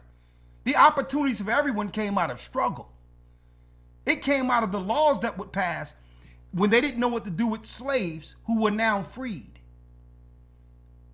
That's your 14th and 15th Amendment, where you can now have a child and would have a child and become a citizen. Why is that a law? It's a law based on the fact that these are slaves who weren't citizens. And their children had to be considered citizens. So what I'm saying is, here's the conversation that we must have together as people so that we can have a mind shift, a spiritual mind shift to say, you know what? No. It's time for us as people, as the children of Israel, to have honor and stand 10 toes down for our people like our forefathers did.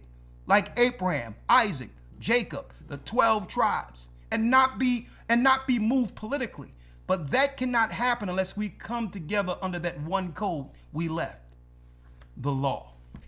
What say you? Yeah, man. I'm 100%. I'm down with that, man. You met me like that. I am down and ready to go for my people. You with me? Because that's right. The struggle real. Let me read something for you, man. And this scripture always hit me, you know.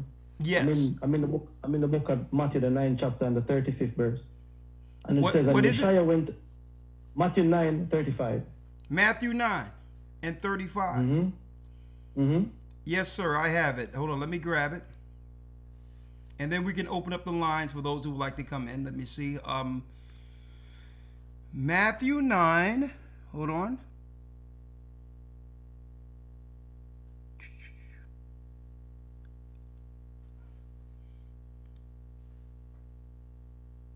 Hold on.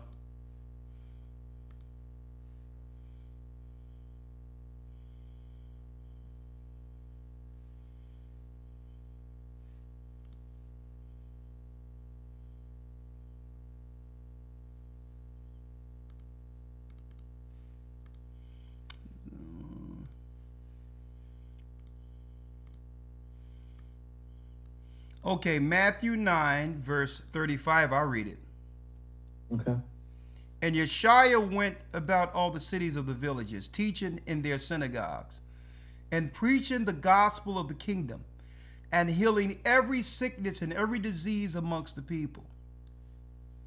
But when he saw the multitudes, he was moved with compassion on them, because they fainted and were scattered abroad as sheep having no shepherd.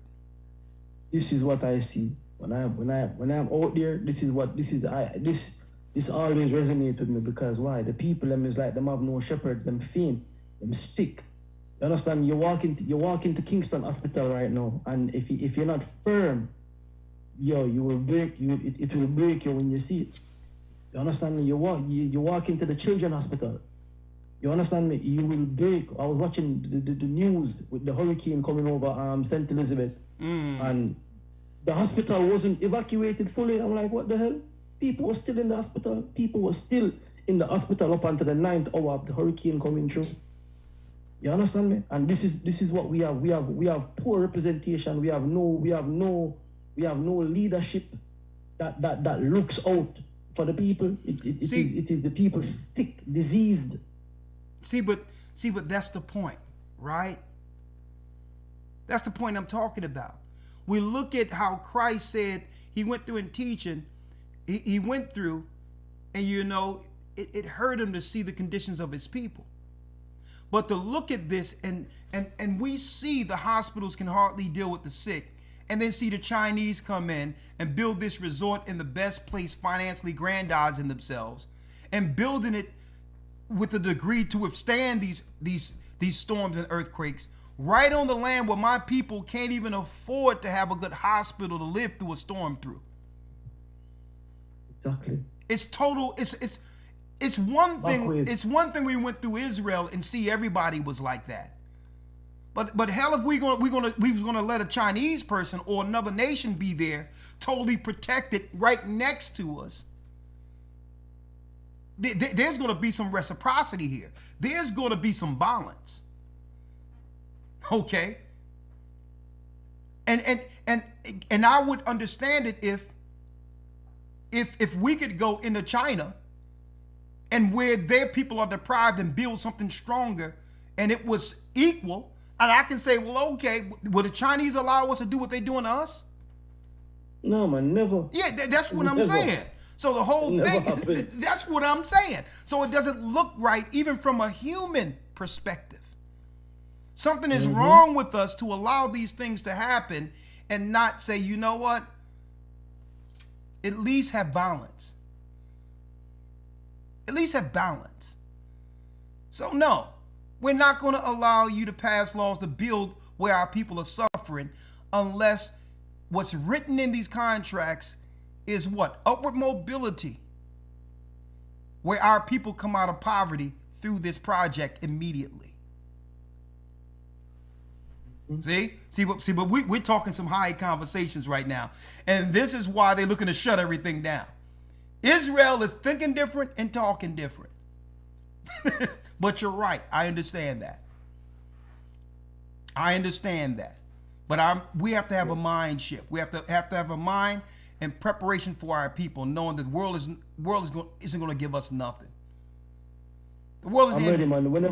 Whenever you're ready for these conversations, Elder, man, I'm ready to have them. You get me? I'm ready. I'm here. Okay. Let me know. We sit and we talk about these things because you say, maybe people just don't know. You with me? Yeah. Maybe we've never sat down and spoken about it as to the reason why the people out of the Caribbean and Africa are trying to migrate to America, not knowing that, listen, where you are, you can build that, You can build that and set that up. Let that be grand more than you trying to go to somewhere to get handouts. I'm up for that. Ready for that. Ready for that conversation. And see, here's the con game. Here's the grift. You come over to America for a better opportunity and grow a new first generation roots here in a foreign country, right? And then the Chinese and the Jewish man and the Asian man come behind you and take and buy what you walked away from impoverished and make it grand. So that's what they're doing. That's the grip. That's the grip. That's what they're doing. That's the grip. Exactly. People leaving, running away from them property and them land, and the Chinese coming and buying it up for pennies on the dollar, buying it up.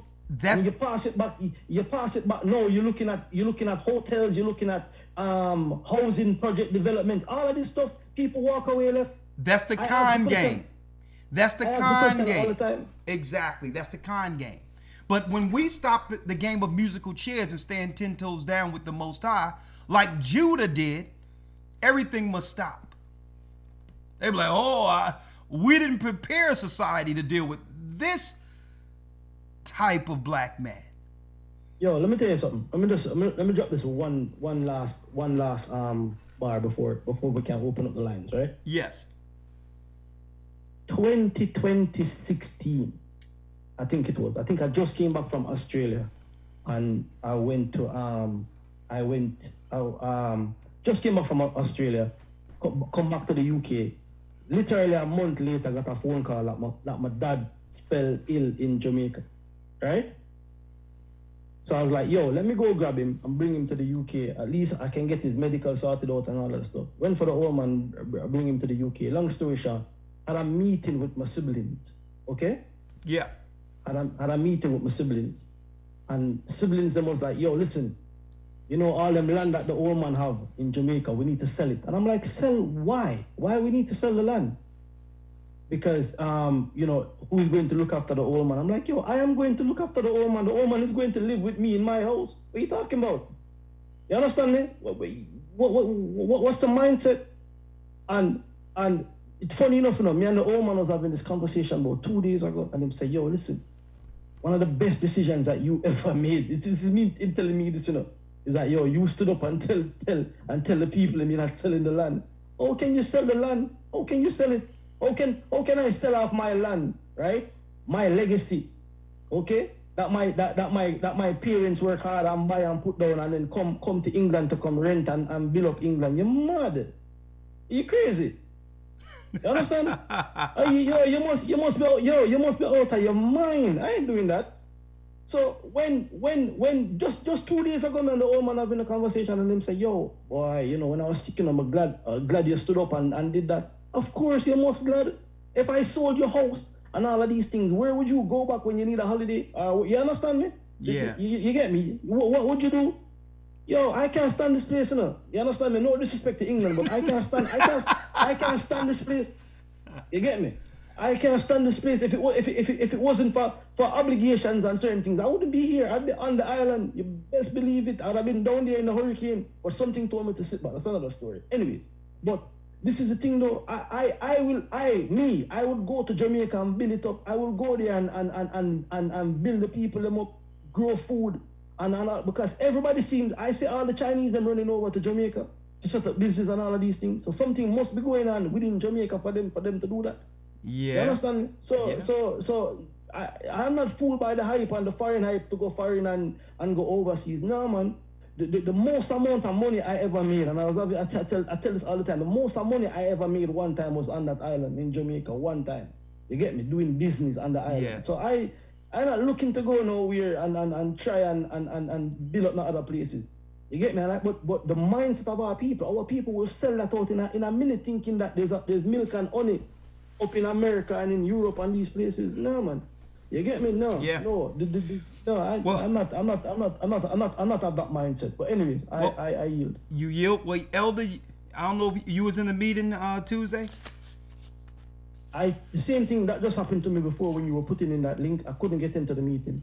Okay. And I was in that space of time as well. I was on the phone dealing with the people. Well, even though you're gonna get it in a memo anyway, I might as well announce it here while everyone is looking. We got a program that's going to be from the church that transfers into any community our church serves. It's called the Young Maccabees. Young men from 12 years old up until an aged man will be a part of the program. We're living in a time where most young men, especially in America, grew up without having a mentor or a male figure, and their sensibilities have been affected because of it. Well, suppose we become their big brothers, their fathers, their cousins, their uncles, and build them through a program using what? The Bible's perspective. Not only will we teach them manhood according to the Bible, we teach them the law, we teach them precept, we teach them how to teach, we teach them how to preach at a young age. On top of that, we teach them workouts, physical health, and it moves into a captain program where they'll grow from there into the priesthood.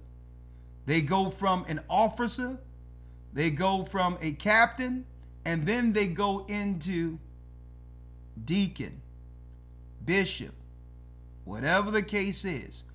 And it moves them from their age into the priesthood, right? From 12 years old upward. And it's going to be called the Young Maccabees. Outstanding. What we're going to do, we're going to send the uniforms, Gathering of Christ Church, Young Maccabees on the back, and all of them will have the same uniform with fringes on it.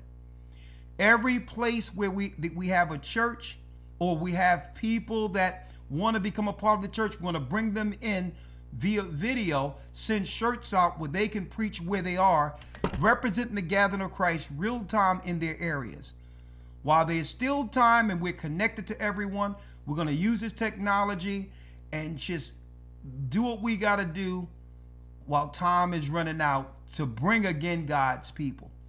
So a lot of what you're talking about now and what we're discussing, we are changing lives. We have to do it from the soil, inside out, dealing with first the men that and young ladies we can affect directly.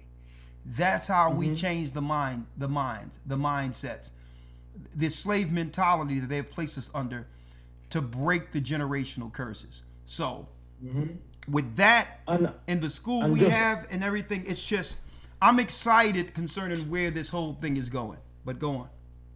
And just to add to that, man, I'm gonna be going out to the South Pacific soon as well. I'm gonna probably go after the Feast of Dedication. I'm gonna go to Australia and then probably down to Fiji Island as well. So look out for that as well. Okay, yes, so when are you going to Australia? I might go after the Feast of Dedication. That's what I'm looking at. Okay, because I know for the Feast of Dedication, I know I'm going to deal with California and Detroit, but I'll try to make it. I have to make it to Australia too, so we'll probably be dealing with that at the top of next year. the top of the turn of the year. All right. So if that's so, you probably have to make an additional trip. Yeah, I don't mind, man. I don't mind. But if you're in California, man, there's a quick jump from California down to. You could do it in 2 steps. You could go Hawaii and then from Hawaii to Australia. Melbourne. Yeah. You could do like 6 hours to Hawaii and then 10 hours to Australia from there. But I'm looking at that. I was talking to the twins. I was talking to the twins and your Rawchaa about it, that we need to actually go down there. We going there. I was saying, Australia, we coming. Australia, we're coming. So let me open up if you would like to get on, brothers and sisters, please text 455-888 455-888-2759. 455. Let me make sure that's right. 445-888-2759. Text if you'd like to get in on the conversation. We got a brother Gabar would love to talk about today's lesson. Let me bring him in now. All right. Let me bring him in now. Right. And again, we're going into the Hebrew and Bible Academy, tearing down the lies that came with modern day Christian doctrine. Okay. The Christianity they teach, it don't have anything to do with God's doctrine out of the Bible. Esau only used that doctrine as a form of control. Some people get confused. They'll try to throw away the Bible, claiming it's a white man's religion because the white man used it as a form of control, but it wasn't the Bible itself. It was the false doctrine, so that we can see white people as the heavenly righteous God's people and see us as others. That was psychology 101 at its finest. Okay? The Bible had nothing to do with the lies Esau taught through it. The only thing the Bible was a prop for them. And they can only use Christianity if it gives them the authority over our people. Once we figure out we the people and start following the Bible, the white man will throw the Bible out and they'll become Hindus. Okay? They could care less about the Bible if they can't control people using their false doctrine. So I'm going to be talking about that and more in the next academy, okay? Exposing the Edomite lies. The Edomite lies within Christianity is how I'm going to title this. Okay? The Edomite lies and the Bible. Okay?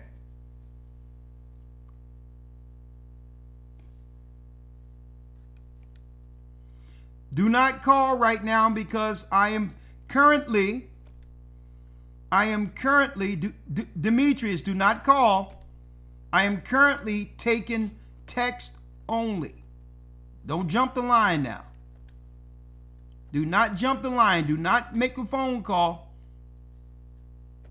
Okay? I'll tell you when I'm ready for phone calls, I'll let you know. But right now, text and text only.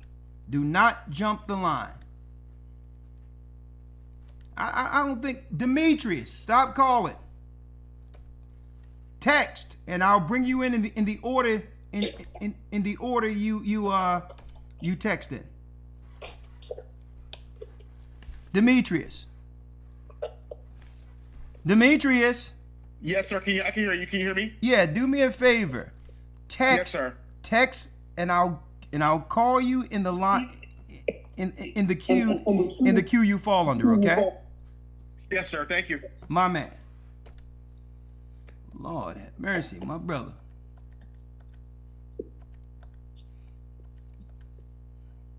Okay, 478-461-0.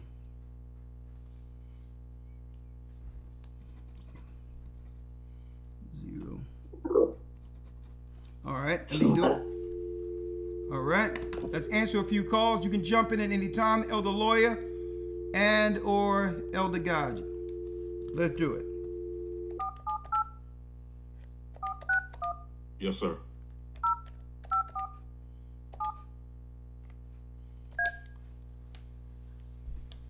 I'll call you in the order of your text, okay? 455-888-2759 if you would like to chime in. How you doing, Gabar? Talk to me. Shalom, elders. How y'all doing today, brother? I'm blessed by the best. Well, do me a favor. Make sure that the video, the live, is muted in the background. Talk to me. What say you? Yes, sir. Floor is yours.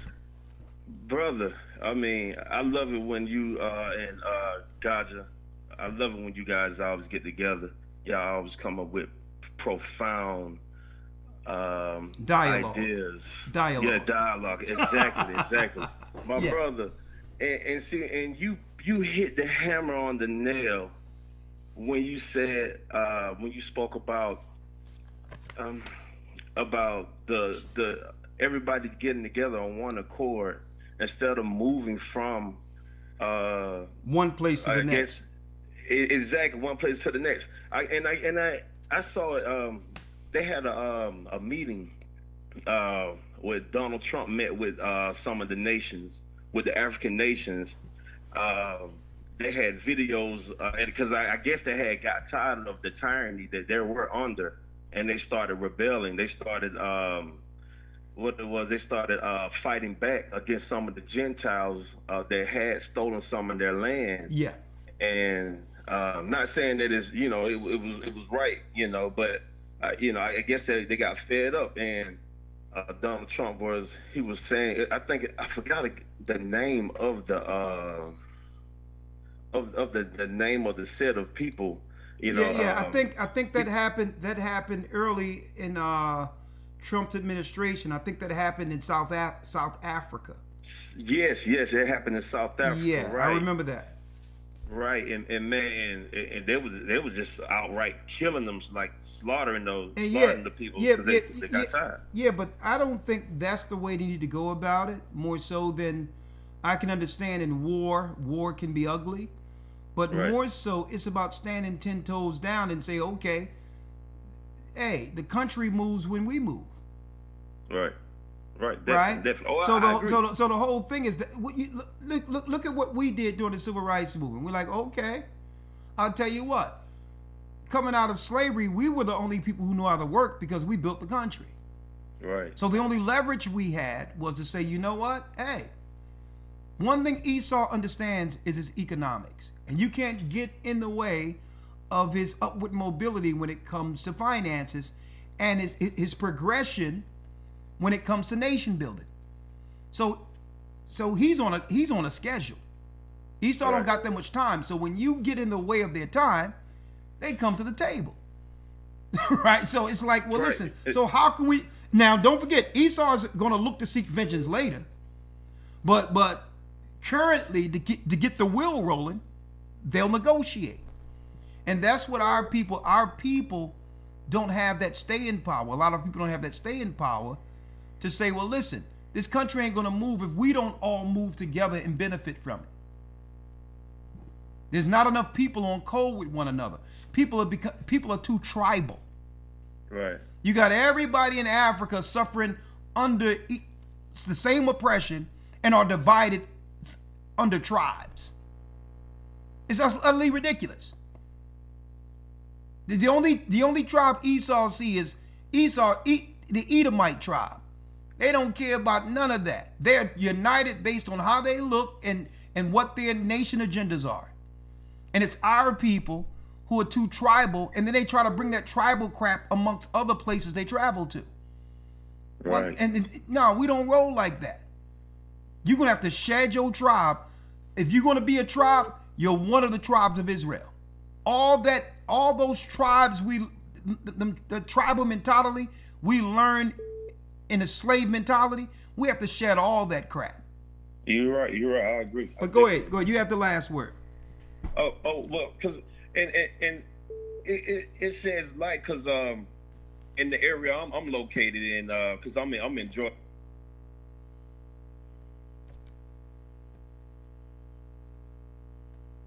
Hold on.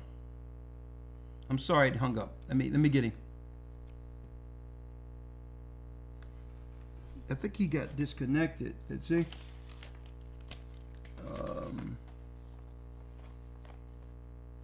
I think he was disconnected. Hold on, I'll call you back. 1 second. With that 478.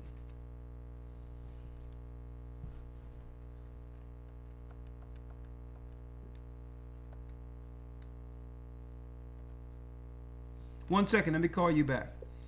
Do not call. Text 445-888-2759 if you would like to come in.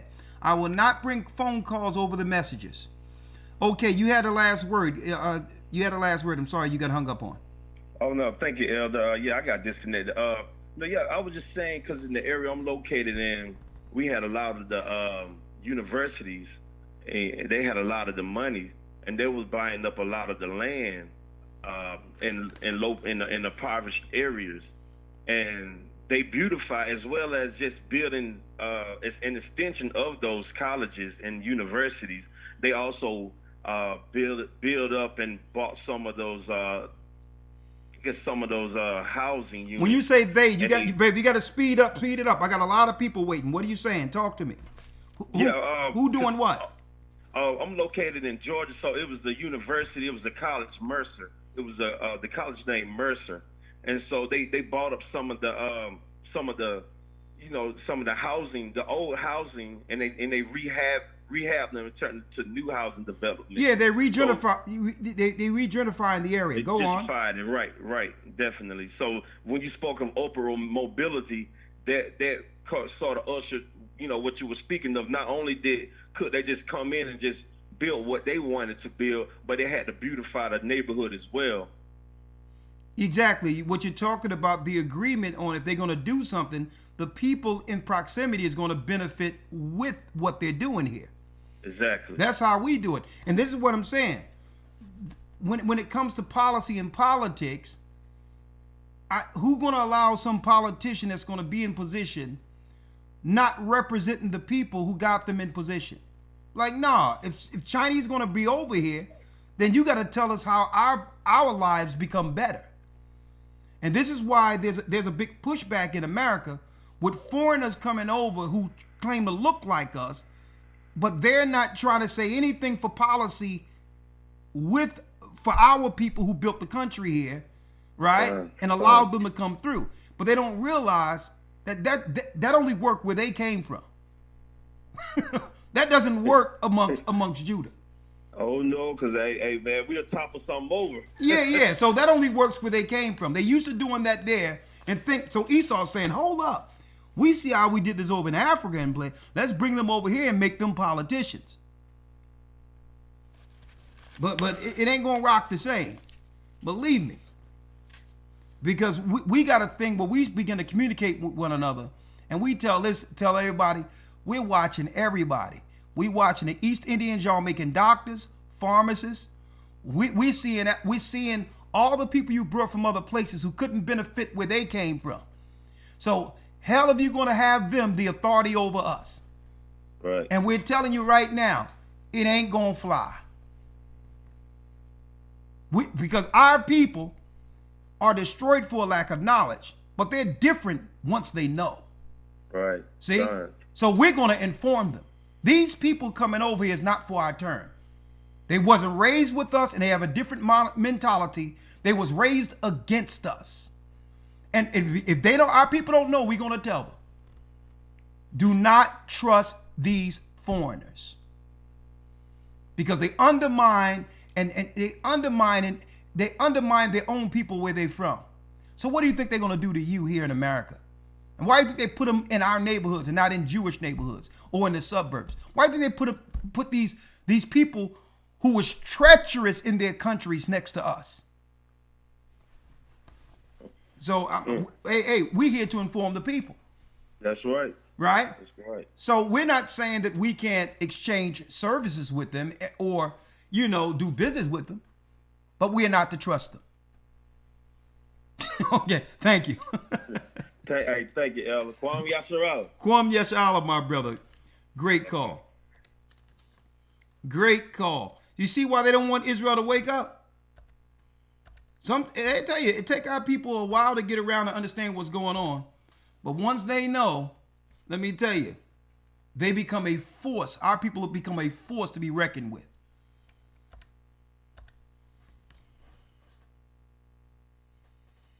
Let me see. So who's next? Let's go to the messages here. Okay. Let's go to the messages here. today.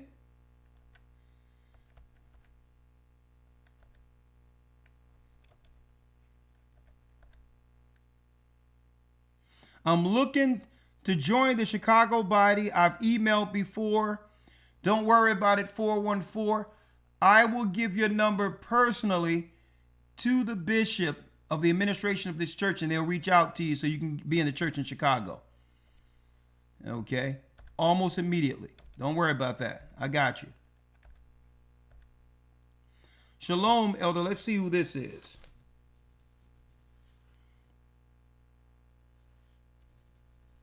You have anything to say, Elder Lawya, Elder God, y'all fine? No, sir. No, sir. I'm good for the moment. Okay. All right. So now if you would like, you can call in. I'm taking phone calls in the order they come in. So 445-888-2759. We're going to take the next 5 minutes to take calls. Stay prayed up and keep in mind, sin not, we will soon see Israel, brothers and sisters. And we do have an academy exposing the Edomite lies within Christianity. Do not trust Jesuits. Do not trust apologetics. Okay? They're of the devil. Okay? And again, we like to make the announcement that I've made earlier. A brand new school that began Monday, the Gathering of Christ Church, I Am Royal Academy. Okay? It costs absolutely nothing. Our children are enjoying it. A righteous school where we teach different languages, math skills, reading skills, but they learn the history and knowledge of their forefathers, the knowledge that was lost of our people being of the lost tribes of Israel. And yes, they're getting it done. I Am Royal. Go to gatheringofchrist.org. Make sure you go into the donate page to donate to I Am Royal, because it's a free school and it can only run on what? Donations towards this particular project. It costs currently $10,000 a month to sustain this particular school, and the church put up the money first. We got another blessed donation from a brother who donated $10,000 directly to it, and the more you put into it, the longer we can do this to the point where it will eventually sustain itself. We don't have any grants, no nothing. It's solely running off of the money we put into it. And I'm going to throw a few dollars into it, of course. All right. So there you go. I Am Royal School is here. The school that all of us been waiting for. 916 area code. Talk to me. 916 area code.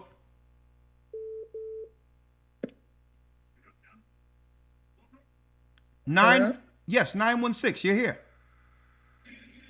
Shalom. Shalom. We're giving each person 2 minutes. Talk to me. What you got for us? Oh, okay. I'm sorry. Pardon me. What's the last thing you said? No, what? You called in. You have. Oh, this is Elder. What you got? Oh, praise the. Oh, okay, Elder. This is kind of administrative. I usually mail in my tithes and offerings, and I've kind of been hesitant because I follow the instructions of who to put it in care of, and someone other than that person is signing. Okay, let's make it clear. Are you under a current congregation? No, sir. Okay. Well, if you're not under a current congregation and you want to do tithes and offerings, you go to gatheringofchrist.org. Right? You want to pay online? No, sir. So I don't do any business online. Okay, so you want to send. I've been sending it for the last 4 or 5 years. Okay. But lately, someone named Robin Scott is signing in your stead. Oh, yeah. The reason why is because, and I'm glad you mentioned that, that particular person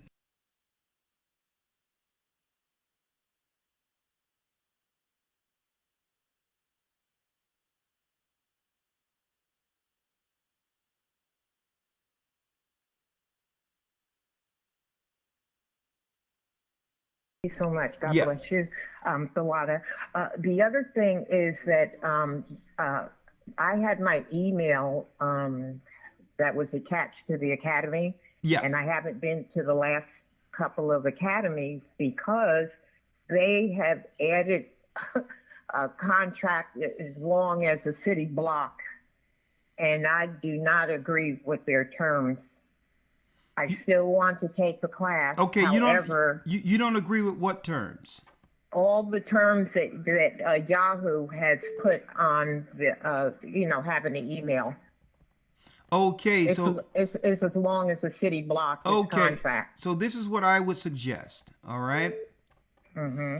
Set up an email through gmail.com, a separate email. But I don't agree with their terms either. I know. I left them. I know, sister, but if you don't have an email, how are we going to send you the classes? I'll try a different. What am I trying to say? A different company. Yeah, I've been through this with Gmail already. Yeah, so I'm sorry that you're having these issues. I mean, if you're old as me, you probably got an old AOL account, right? No, I don't. I started with AOL years ago, but every time they, I actually read the contracts, and Yeah. I don't agree with them. All right. So, yeah. So, well, I'll tell you what. I'll tell you what to do. Mm-hmm. On the website, there's an administrative phone number for the main office for the church. Okay. You can call us, and we'll have AC, our IT guy, reach out to you. And yeah, so what he'll do is he'll give you better choices when it comes to email based on your privacy concerns. He's good at that. Yes. Is that good? And see, yes, sir. God bless you. But one more thing, I wanted to join up with the Patreon, and they give you an indication that they have a free alternative, but when you go in, they're still asking for payment, and I don't do any business online. So I don't even know how to get around that. Okay, sister, I got you. You old school. You old school, but yes. Hey, listen, we're gonna work around you. We're gonna work around these issues to get you there. Even if I got to make sure I put my credentials in, okay? All praises to the Most High. So let's see here. Let me have your first name. Beverly Yah Israel. Okay, Beverly Yah Israel. What I'm gonna do is I'm gonna give this to our IT guy, Anthony, tonight. He'll reach out sometimes before Monday. Probably reach out tomorrow to you. He'll call tomorrow, and he'll help you with your concerns and get you in this academy and Patreon and see what we can do to have you hurdle some of these technical issues, all right, for privacy. Yes, sir. Yeah, because I'm signed up till February of 26. Okay, I paid for the class for the whole year. Okay, well, that's fine. Give him this information. He's going to call you tomorrow. He's going to ask you certain questions, and we'll get you in, and, we'll fix it for you, okay? Oh, praises. Yeah, because I missed my class Sunday. I was like a fish out of water. I know what. Well, it's fixed. And guess what? I'm going to tell you, that class we did in the academy Sunday was the bomb diggity. I'm going to tell you that right now. Goodness. And I'm showing my age.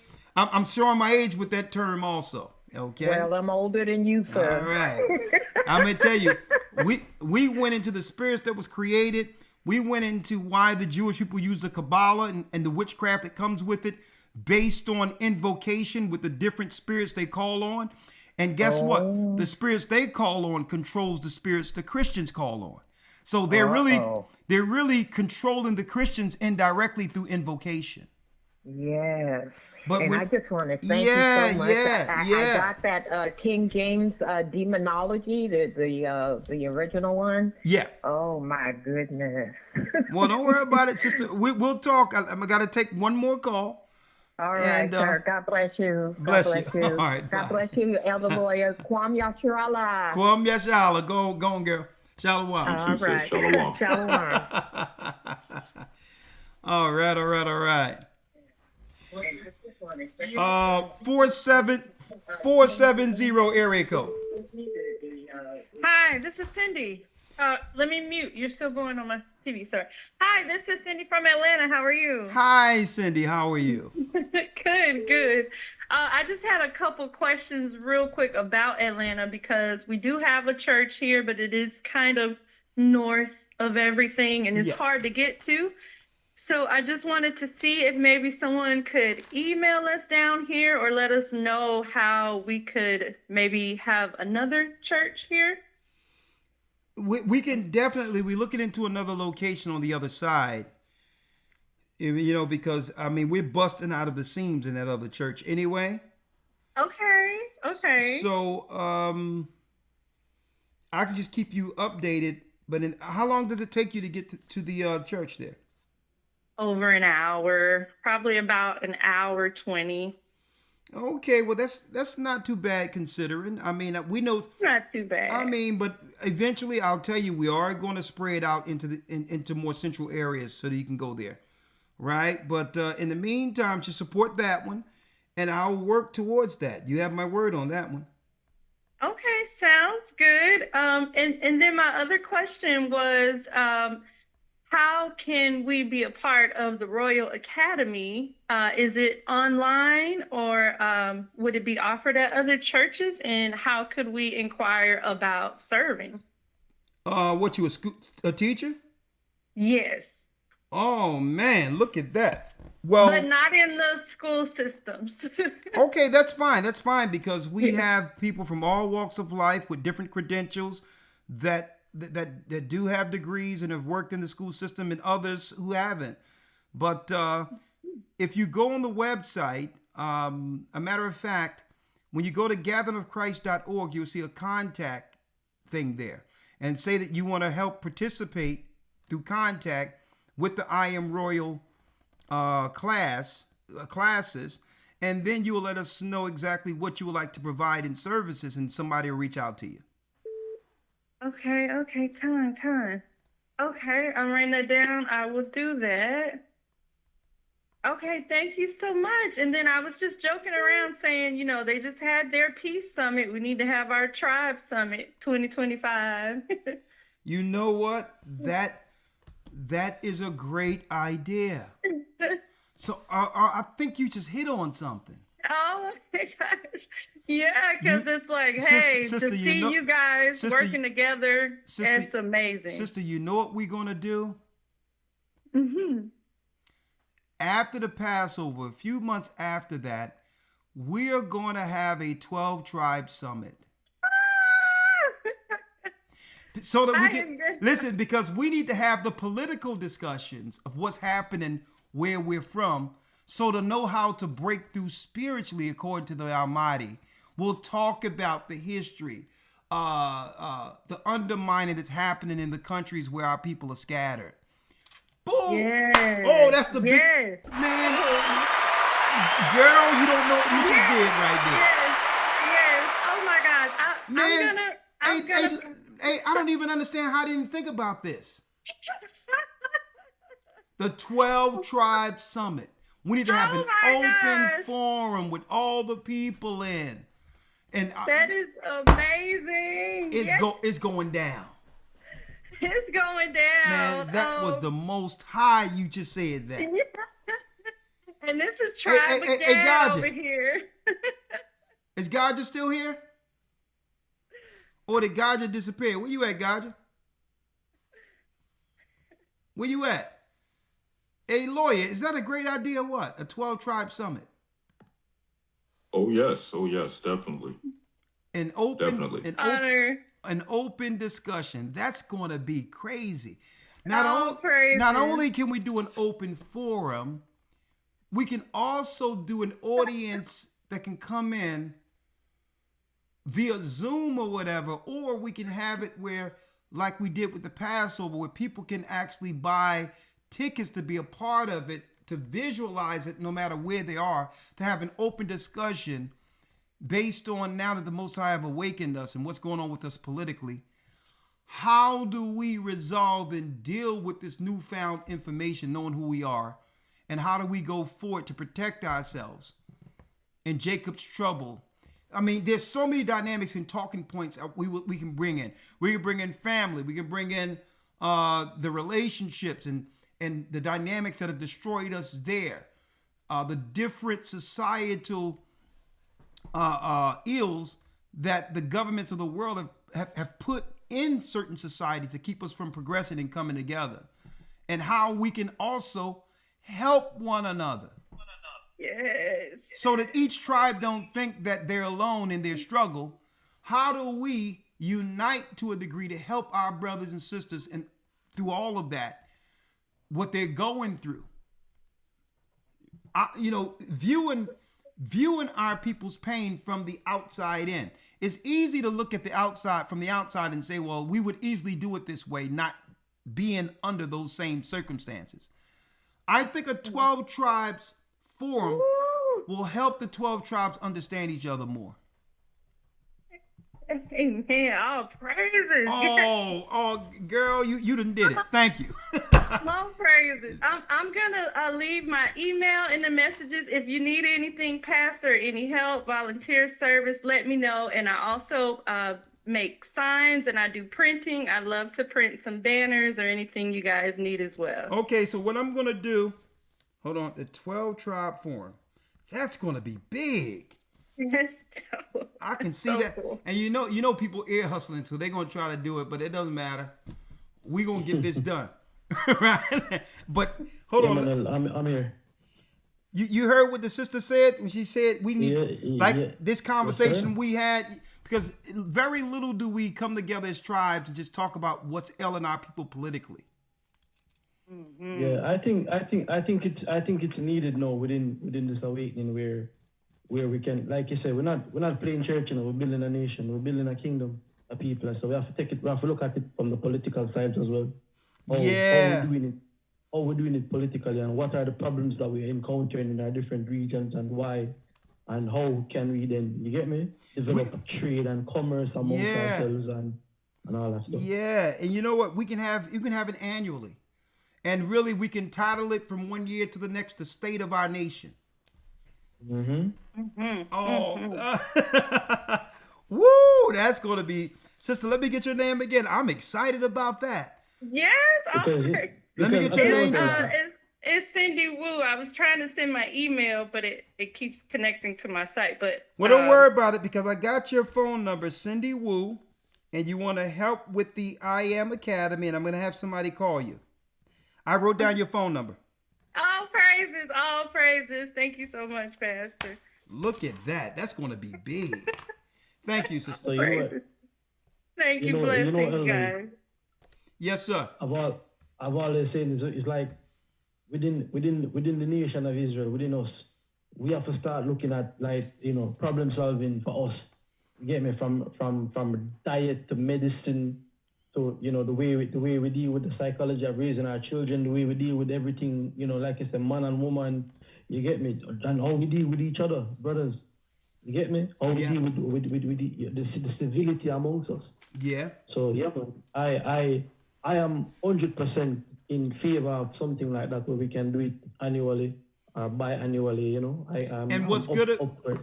what's good about this, because we can not just make it a forum, we can probably make it a 2-day event where outside of the forum, we still have things like music, festivities, and getting together, bringing all of our different cultures together, food, music, singing, and just, appreciating one another with an event night before we sit down and have the discussion.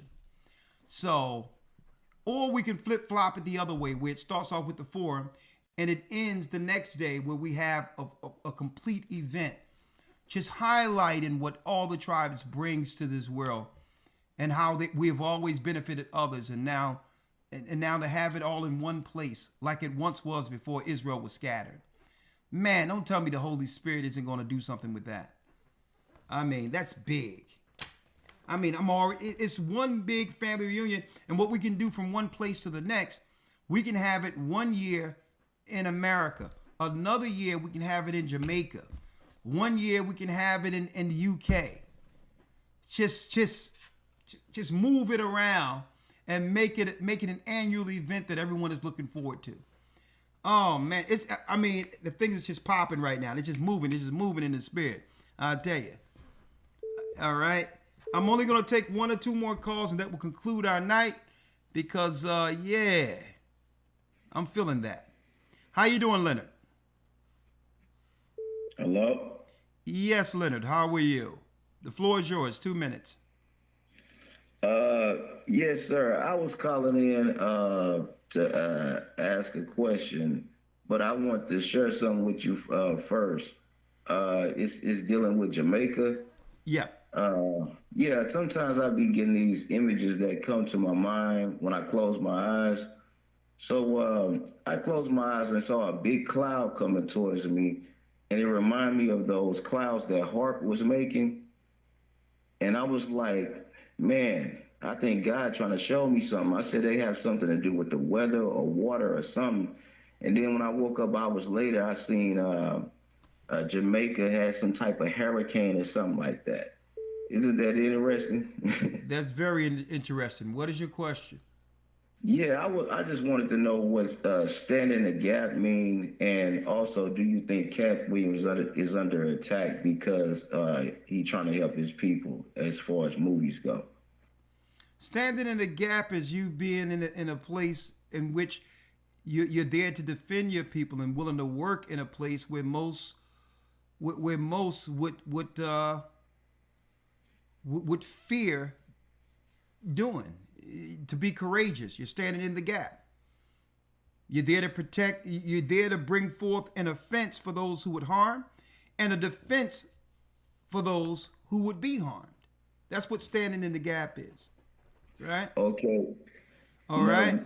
Now, would that be you like doing it as a teacher, or is it that saying taking on attacks spiritually? Well, no. Like right now, when we teach what Christ, he was standing in the gap. That's just that's just more so, it's a figure of speech. It's someone that's willing to, to stand 10 toes down for their people, right? Okay. All right, brother. Now, and do you smoke marijuana? Oh, heck no. All right. Okay. So no drugs, no substances. Oh yeah, none of that. Okay, what do you think my brother. about the Cat Williams situation? All right, my brother. You want to make sure. All right. Oh, okay. All right. Okay. Cause hey. I mean, you view things from a different perspective, and you stay prayed up and stay strong. All right. All right. The water. Shalom, elders. My brother. Okay. I want to make sure that there was no THC vibrations going on. Right. Closing my eyes and I see clouds. All right, let me make this one call. We get. Oh, good. I'm like, all right now. All right.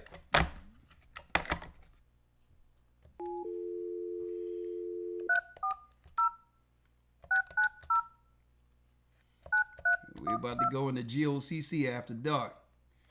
And, I see where this is going.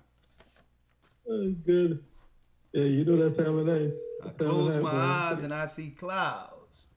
And then I look up on TV and I see these things in Jamaica. Lord, in the morning time. Hey, listen, it's almost 12 o'clock where I'm at right now. Hey, man, listen, that's why I stick with these scriptures. Through thy precepts thou get understanding. Therefore I hate every false. As soon as I'm going off the deep end, these scriptures just pull me back. The precepts just pull me in. And I'm like, close my eyes and see that cloud. How you doing, sunshine? It's about time for me to fade out of here. Talk to me. Blessings. Hi, bless you. Hello, shalom. Oh, wow, Elder. Storm after storm and hit indeed the consummation of times and Jacob's trouble. No matter where we turn, we can see things fall apart under the powers of this world while the poor stands in the middle of the crossfire. Every form of betrayal is witnessed from top down, from the seedings of the next world war, through political dramas and leveragings and distractions, real life storms, technical or digital, and all this forced upon in multi-level and multiple betrayals we experience from the global and the governmental or even communal and family levels.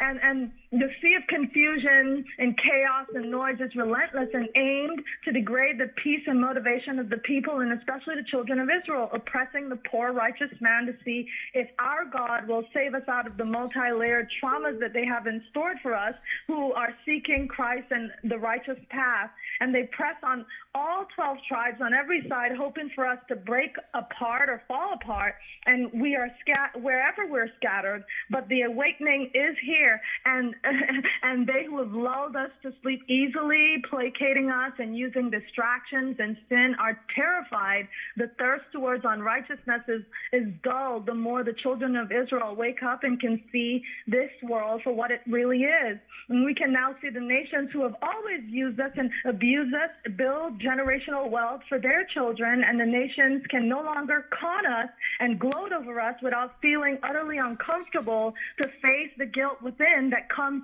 from being finally seen by those same blessed people who they've always conspired to destroy, because we are even more grievous to look upon while awake.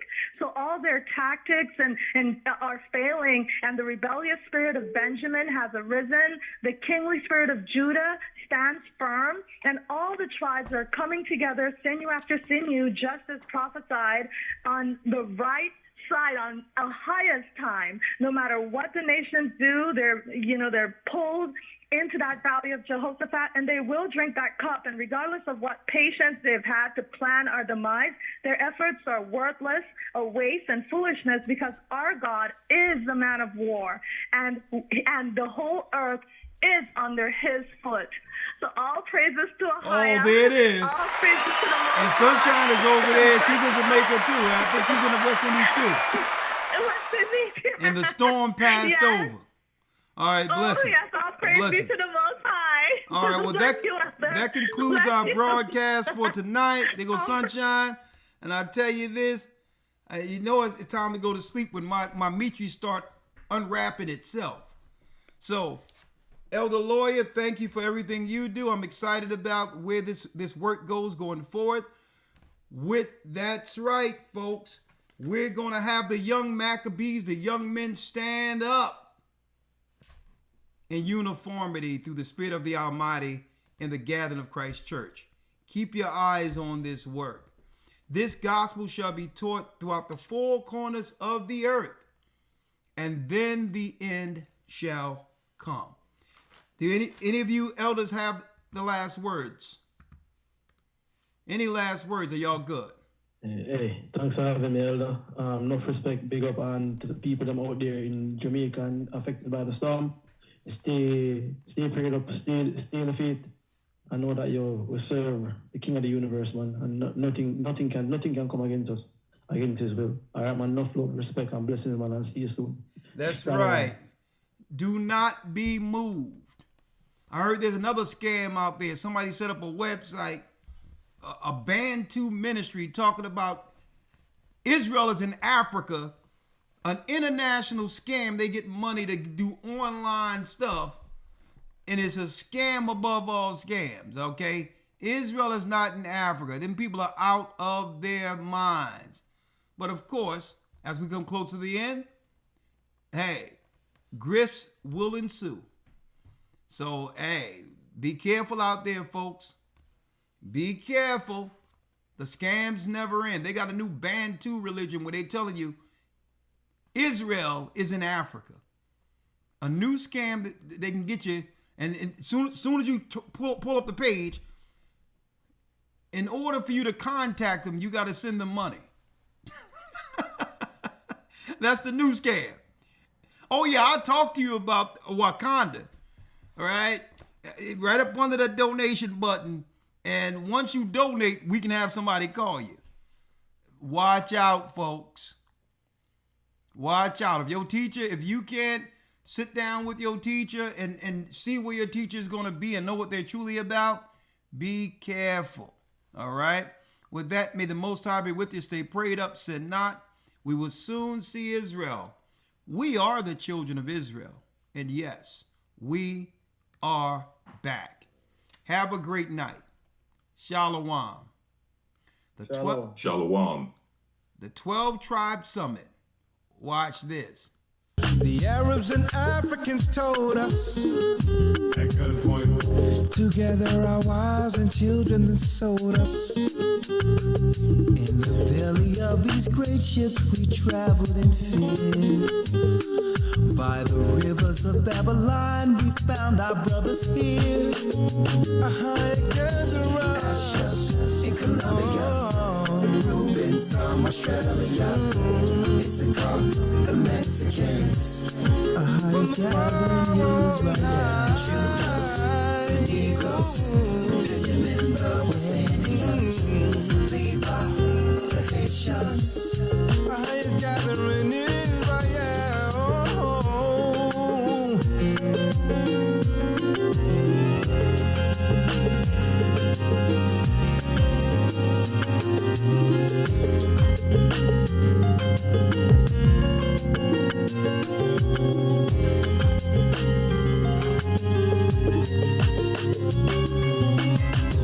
Asher in Colombia, Reuben from Australia, Issachar, the Mexicans.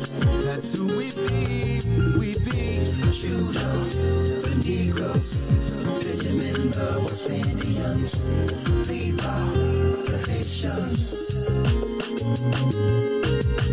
Manasseh, the Cubans, Ephraim from Puerto Rico, Naphtali from the Isles of Hawaii. The Lord is calling back Israel. Zebulun from Panama, Gad, the North American Indians, Simeon, the Dominicans, our highest gathering.